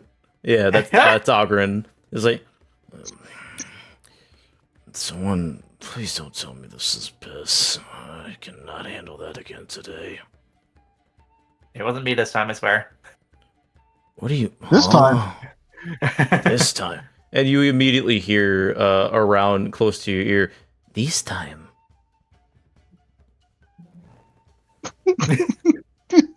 Just has his hands up, just like, Marqui just kind of looks down and he goes, "No, you're lucky you got an early bath today, my friend. All right, you want some coffee?" I guess, yeah. Just black. His eyes are still closed. Oh, damn it, everything's wet, isn't it? seems to be that way. Marqui walks back over to the bar. Another coffee for him, dear, please. Ogren? Yeah, it's going to be 1 gold crown, please. I'm gonna have Leo put it down. He's like already reaching into his pouch. He's like looking around. Where the fuck did I? He just puts the crown down. Oh, thank you, sweetheart. Be back soon. And she will go back and bring out another coffee and sit in front of Ogren. He's like, fucking damn it. Is he still looking for it? Yeah, he's still looking for his coin pouch. Like, fuck, shit. I got it. Curses me. No. What? Marqui's like, "No worries, I got it." And he goes to grab the coin for him. You immediately feel just a grab at your arm that tries to take it. Oh, you woke up now. Yeah. He's like, you see his eyes slightly open. I'm not a fool, Mercon. Give me a sec. He like throws your arm off as he takes the coffee. All right. Which one of you assholes poured water on me? He's just tells toward Mercon.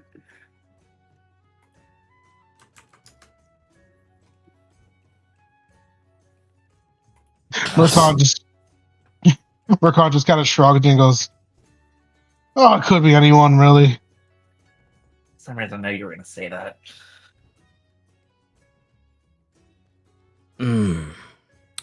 Right. Well, I'll keep that in mind. He starts to slowly sip his coffee as he shakes his head a bit to wring it dry.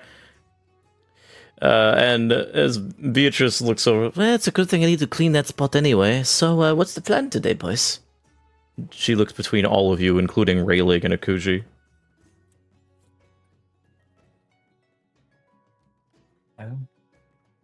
Probably something we need to discuss.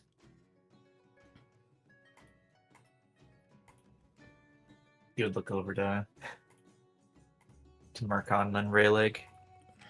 Marcon's like leaning on the bucket, like, and he goes, "Is there now? I thought we were waiting on some other information from the Hunter's Charter."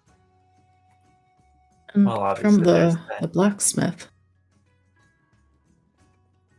I visited the blacksmith last night. Oh, did Juniper find anything useful? Yeah, it turns out whatever steel this weapon was made out of, it's possibly demonic in origin. Likely tied into the business with the demon cults and such. He's like spits out his water.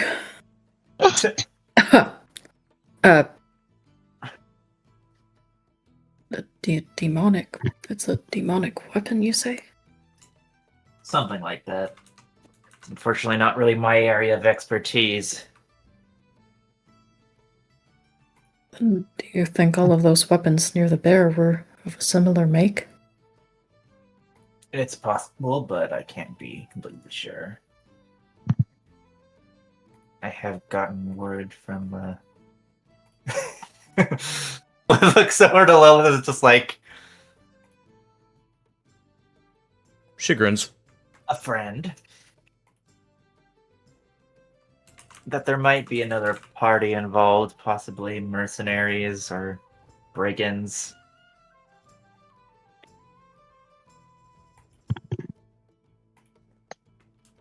Mercon chimes in.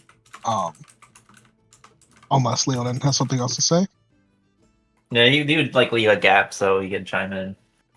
Okay. Well, if I were to think about anything, that might explain why they cared so much about the damn bear. Sure, they saw the medal on him and thought that's either their goal or someone told them about it and they're trying to get it back.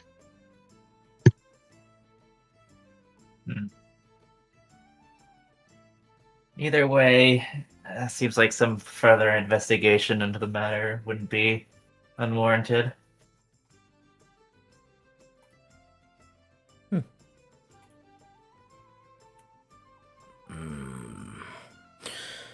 Maybe, maybe not.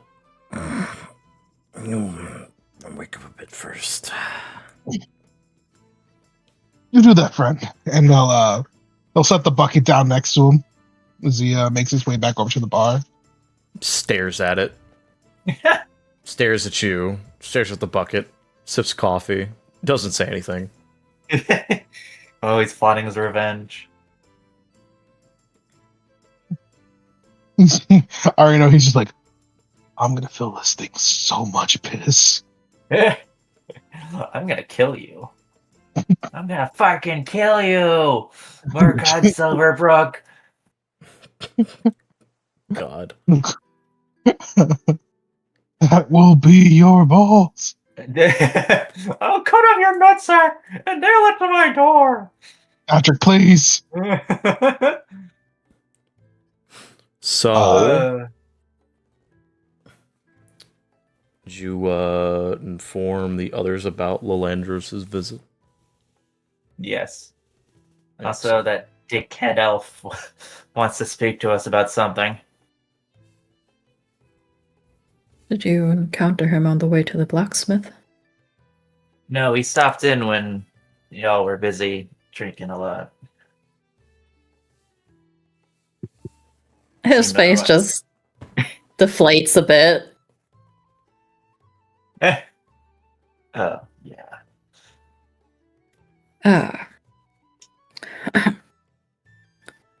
Well, if they have business, then that is another lead to follow.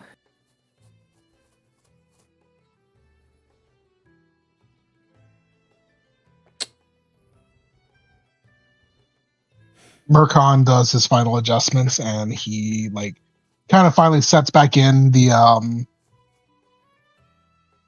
breaths of fresh air that he's had and sits back as he thinks a little bit more to himself. Wonder if we should tell them about the mental right now because the one thing I'm kind of worried about is them wanting to scouring the woods, down to the roots and try to clear that up. I don't think the bear would be too happy about that one, but it's either that or more issues like they've been having before. So, Well, we've told them where the bear's territory is, so if they're smart, they'll avoid that area. well, it's one place they can ignore, but there's a whole other part of the woods to look at. I don't know. Let's just be careful about it, I say. Very well.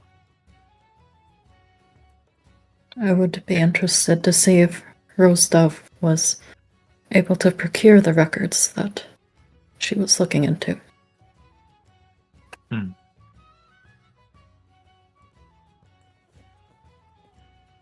There's a lot that you can learn from history, and if it aids us in our investigations, then it would be well worth it.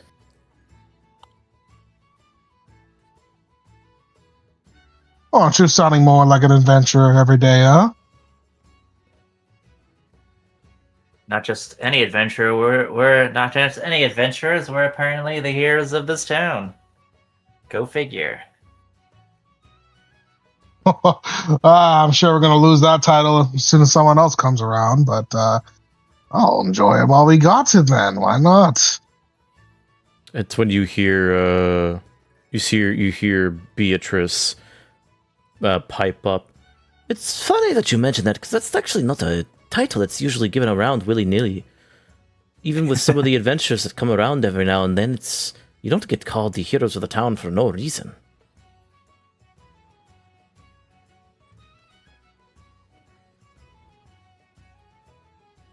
I should think it's because of our stellar personalities. Absolutely not. She smiles. Maybe his, for sure. And she points at Murkon. Someone's biased. Extremely, yes. Murkon does lean over and give her a kiss on the cheek. She blushes. You see her ears wiggle. How adorable. I'm gonna have to review for this for all I got. Regardless, but in all seriousness, no, it's usually given for outstanding feats done in, especially for people that haven't been here for that long, and I believe that's what the mayor wanted to talk about. You did say something about that to me early in the day, didn't you, Lilith? And she does look over to Beatrice after finally untangling herself from Leonin, adjusting her little noble jacket. Yes, that is actually what I wanted to mention to the rest of you, which is what I told this one here, though seems a little forgetful about certain matters, which are probably my fault, I must admit. Yeah, you could say that. I did, silly boy. Anyway, she just like brushes her hand across her cheek before clearing her throat as she paces a little bit between all of you. The mayor wanted to thank you personally and have you look into the matter regarding these brigands, considering, and that is where this title came from. He spoke to me about it and I simply agreed to it because it seemed very, well, appropriate for what you have done so far. You solved a problem that was months issues that lasted more than a few months in a very short amount of time. And because you did, you seemed quite capable, so he wanted to enlist your aid furthermore.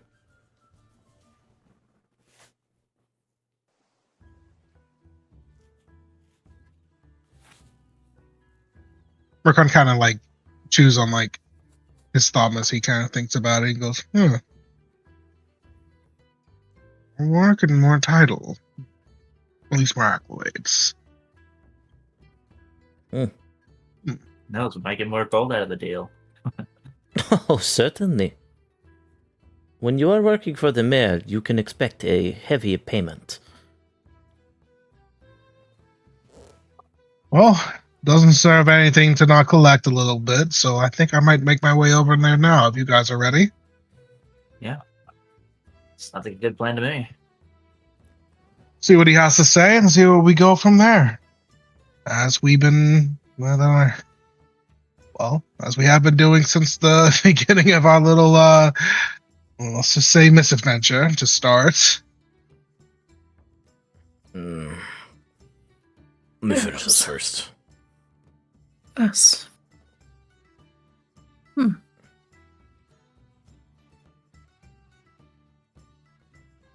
He does not. He's just still stuck on that.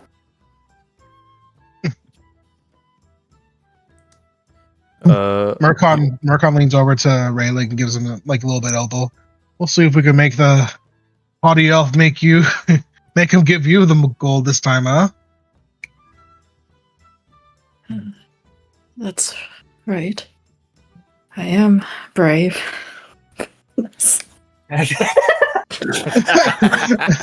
Murtaugh just kind of like, he gives like a little like it's just like squints eyes like, yeah, you, okay, yeah, that's not what I said at all, but you know what, sure, man. Don't let one snotty elf get you down. If you're talking about that prissy prick, you got it, man. Come on. Very well. Let's to the mayor then. All right. So, you guys exit the tavern with Lilith and Beatrice giving the Silverbrook brothers their respective goodbyes, while also waving you off as well, Raylig, as you, along with Ogren, proceed down to the mayor's office, which just so happens to also be where the jail is. And as you guys approach, you see Antoine coming out of the building.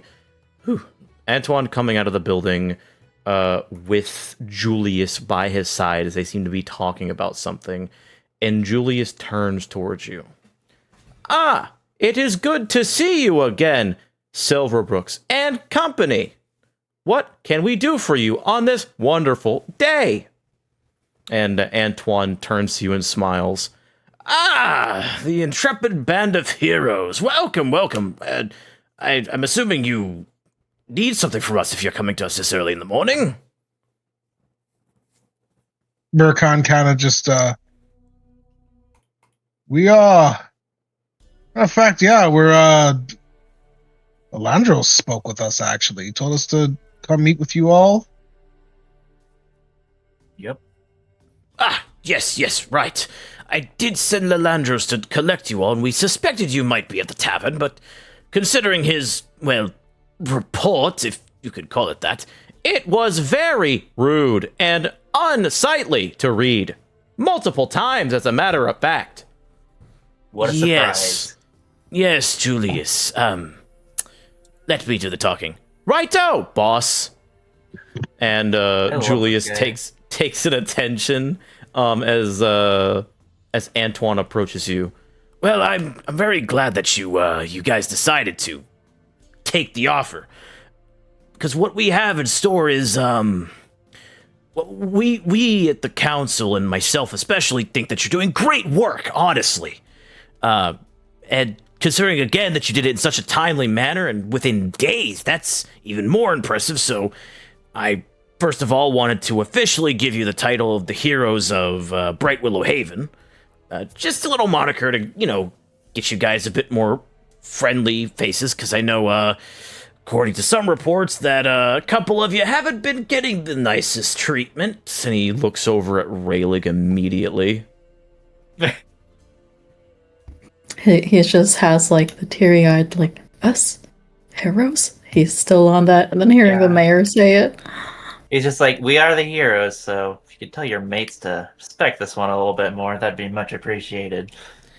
Well, the townsfolk will definitely do that, but I can't really control what Lalandros says or doesn't say. He can be a bit much, even for me sometimes, but he is a good friend regardless. That being the case, well, I actually do have a bit of a request. We've been interrogating the brigands that you guys spared. Again, thank you very much for that. And we're having a bit of a hard time trying to get information out of them. I don't know why, but the leader of this little troop, the big guy that had the big sword, broken face, broken arm, all that stuff, he's very hard to talk to, and Julius has been trying his best to get information from him, but it just seems, I don't know, it's very difficult. And considering that you guys were the ones that, did them in, maybe they'd be more willing to listen to those that are their, I don't know, betters? They seem that like those kind of guys, to say the least. Mercon kind of thinks about it. He goes, so what you're telling me is I get to go talk with Big Sword Guy and some of his ragtag groups and see exactly what they think about, see if they'll be more willing to talk with us. So, I can't say it's not the worst idea I've ever heard, but honestly, with where you're going to, if this sounds like Plan Z, then by all means, let's give it a shot. Well, it certainly wasn't my first option, but I will say it wasn't my last. Considering that they seem to be a bunch of prideful fighter types, I figured that the ones that bested them in combat, they'll either be on one side, very vengeful towards you, or on the other side, they see that you're a worthy opponent and they'll actually be able to talk to you warrior to warrior or something. That's what my fighter instincts tells me anyway. Mercon shrugs. Wouldn't hurt to try, I suppose. So, if that's what you kind of wanted us to do, then by all means, we'll take the job. We greatly appreciate that. Thank you. They'll be in the jail. Julius, if you could lead these fellas downstairs. I will certainly do that, Antoine Grift. Thank you again, boss. Okay. And Julius does step up to you. Please follow me, Silverbrook and Company. He just gives a shrug, follows along. And you do follow Julius as Antoine gives you a farewell, going back into the town hall, now that Julius is not with him. And you are led into a side corridor that's outside in a doorway that you can immediately tell is supposed to be a jail. And you go down a set of stairs as it gets darker and darker, easier for all of you to see, as you're led down a set of stone stairs that eventually do turn to wood. And as you go down, you see that the room that you enter is shaped into two different hallways. There is one that leads into, very similarly how the jail in Fort Dreadmire was made. There's the hallway that leads down, which is very much the cells. And then there's the other one, which seems to be processing. And Julius leads you into the processing chamber, where then you see a couple of different doors. And through those doors, you see an interrogation room, where you do see a couple of adventurers that you actually saw previously in the League Hall, manning posts wearing their armor but having a insignia on their chest that looks like the similar symbol of the tree outside of the town. And you would immediately recognize these guys as members of the Willow's Watch. They smile at you, they look at Julius and give him a salute, and Julius nods, "At ease, Watchman!" And he opens the door, ducks down, and you see, very similarly made as an actual interrogation room, one-sided glass, where on one side you see the very battered and injured, chained up to a metal table, the weapon master guy with the big sword that is just wearing his armor, looking very injured, and just casually looking at the door like he's about to fall asleep.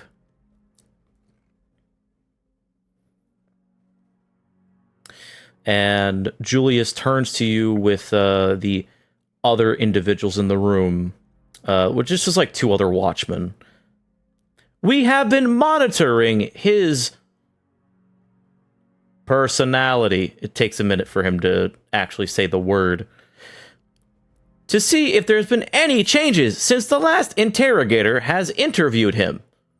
Would you like to give it a shot, Silverbrook and Company?"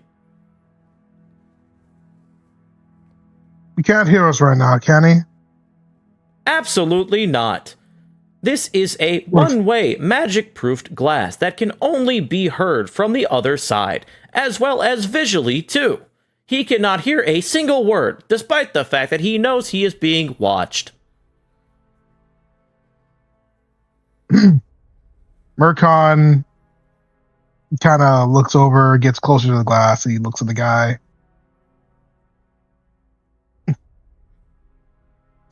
He's not the smartest guy. He's gonna just start testing it, like giving the middle finger and then doing like jerky motions over the finger while looking at it with a stupid face. Like, you only see like your translucent reflection doing that, but he does not react.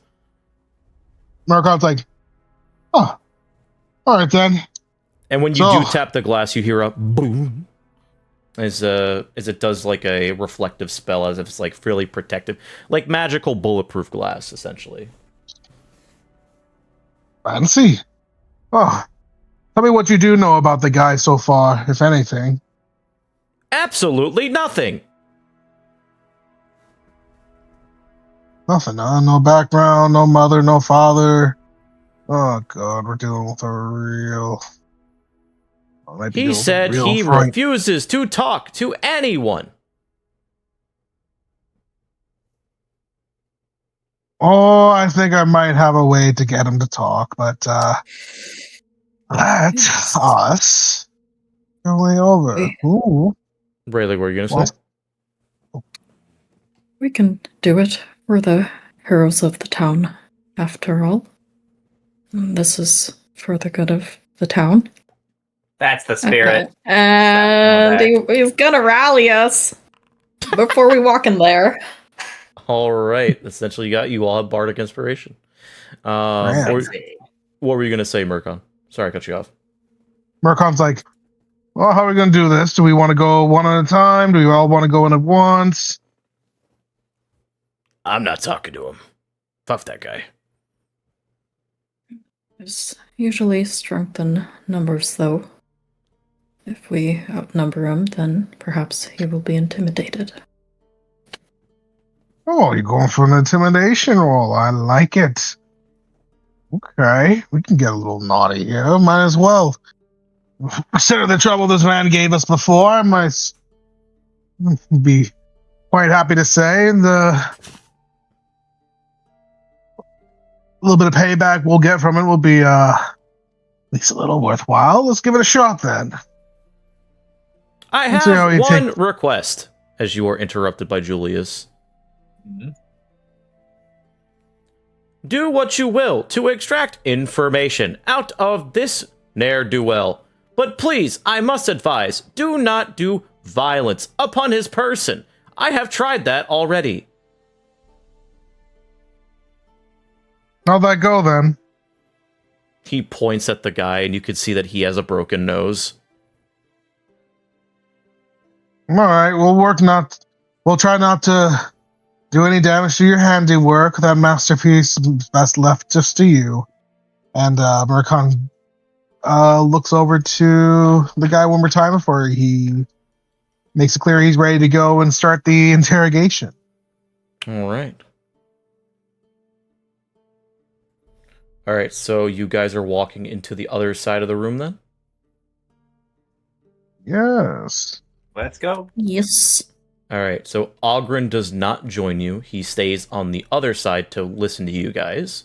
And you enter the room, and the bandit immediately picks his head up, sees you, his eyes widen a bit, and then he grins. Come to finish the job, have you? As you shut the door behind you. Do we have to? It'd make my day. Would make it a lot easier not having to spill anything. What do you want? What do we want? All? Murkon, I'm assuming there's a chair for him to take a seat at, right? Yes, there is one single chair. Murkon will instantly take a seat with his feet kicked up on the table and just, oh, nothing really. Just to hang, sit around, laze a bit. You could do that plenty of time at the tavern with that sweet-ass gnome there. But you come to waste your time with me. What do you really want? Really, nothing else. Just came here to, hang around. How's your day going? He glares at you immediately. Murkon's like using like the heel of his feet to like lean back and forth and rock in his seat. Hey, bro. The bandit looks at the rest of you.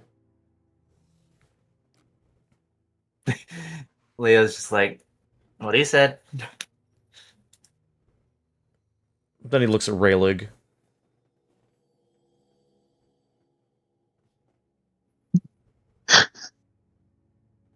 I'm debating whether. Good cop, bad cop. Does Raylig does Raylig decide to be the bad?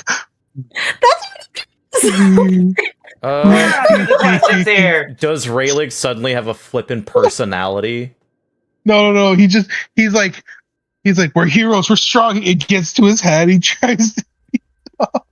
God, That would be so. That I'm just gonna sit here and listen. I will say, actually, Raylig. So I'll enhance this a little bit for you, the character. You've been in a couple of interrogations before, although you have not participated in them. You have merely witnessed the Baron, the Baroness, the Butler, and even the head guard of the Santina Corps do interrogations. Oftentimes, the Baroness is the one that plays the good cop, though you know that she is actually literally the epitome of evil, while the Baron, who is a little nicer, plays the bad cop to use his overwhelming strength. The Butler is very suave and uses personal information that he should not know against the one being interrogated, playing the bad cop. And the head guard of the Santina Corps plays the good cop, but with a side of essentially menacing aura, saying, you wouldn't want bad things to happen to such and such, would you? I want to prevent that. Very much playing pseudo-good cop. So you know how these situations work well enough that you could take one of those personalities if you so wished. Yeah, I think it would be funny if his personality just shifted during the interrogation after that rally. Okay. I feel like, Murkon's just chilling, and then Leonard's just like, same. And then he looks over at Raylig, and his demeanor has kind of darkened, and he steps closer, and he's just like, we've seen what's in the forest. Your skeletons. The demonic metal. I think we don't already know. So you can make this easier or you can make this harder. And I'm going to suggest that you answer our questions. You said you wish for death, but there are far worse things than that. Death would be too easy. A release, an end. But if you continue to refuse, then this will keep going on and on and on until you won't know anything. Murkon was like leaning back as he like was just waiting to see what Rayleigh was gonna say, but then he starts like sitting up and just kind of looking at him, like the little like calm grin on him just kind of like slowly melts, and as soon as he finishes, he just kind of goes, he like brings it back and he goes back. Oh, okay. Well, what the fuck? Even Leo's looking at him like, God damn. You won't have yourself left. So tell us what you're doing in that forest. And he's gonna tell no lies.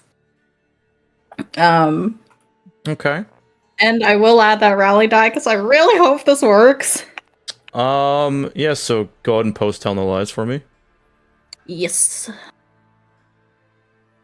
Okay, make a spellcast roll against within very close range on a success. They can't lie. Yeah. Go ahead and roll your presence check with that at advantage. Okay. Oh shit. Okay. 76. Roll. There we go. Please, for the love of goodness.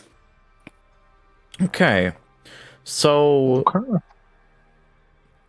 I want you to describe to me, as you just finish with that yell at him, what exactly you do to cast this spell so he doesn't lie to you.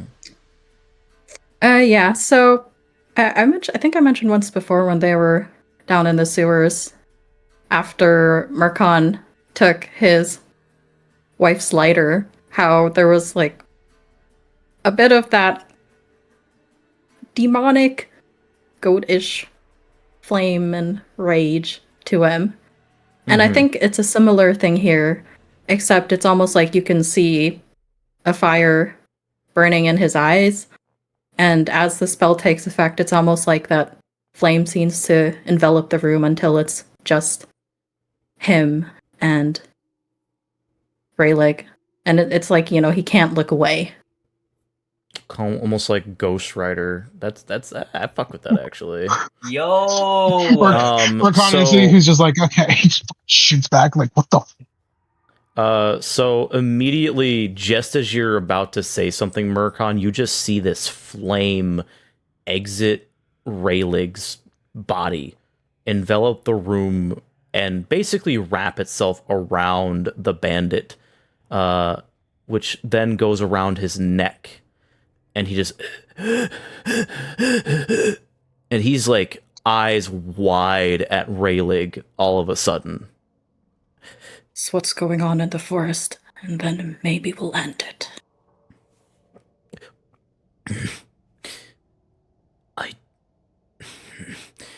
He seems to be resisting of it, but he shakes his head. I know where I am, sir. I know who's listening on the other side of that glass. Tell the Julius to get the fuck out of here, and then I'll talk.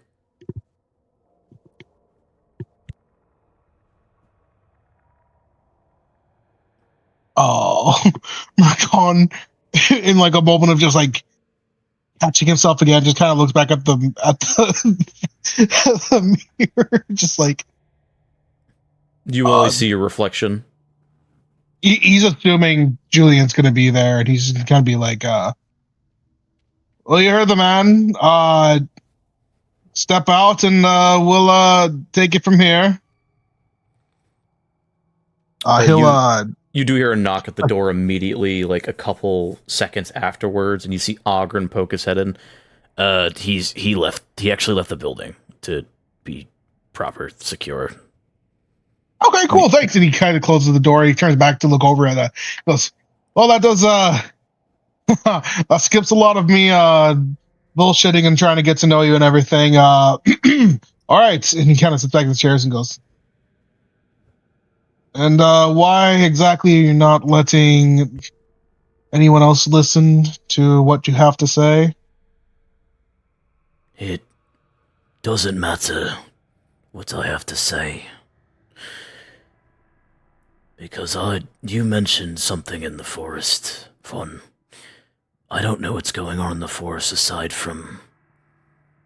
that's where our hideout is. But I can tell you one thing. The council's been infiltrated. And I don't know what happened to Julius. I don't remember who did it. But he's not himself. And if he knew what I was going to tell you, he'd kill me. And you see this look of fear in his eye as he looks between all of you, and with a very dead serious expression on his face, he looks to Raylig, and then to Leonin, then to Akuji, and then finally back to Murkon. Do you know who the Shadowbark Brigade is? And that's where we're going to end the session. Cool. Oh, That's awesome. That's so cool for us, the players. my man Rayleigh.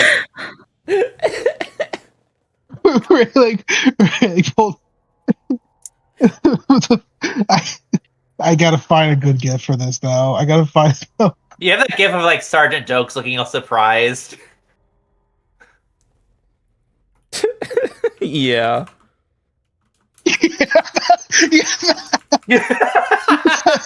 Literally. That was Murkon. That was Murkon. Bro was just like, yeah, we're gonna like make fun of him. He's like, I had this whole thing planned. And fucking Ray like opened the gates to hell on him and fucking It was too good of an opportunity. chained him in fire. Literally, that was so good though, dude. That was so great. Hopefully, we will see you next Monday, but that will be the session for tonight. Hope you all have a wonderful, wonderful evening. Have a good night. Good night, everyone. Bye. Good night.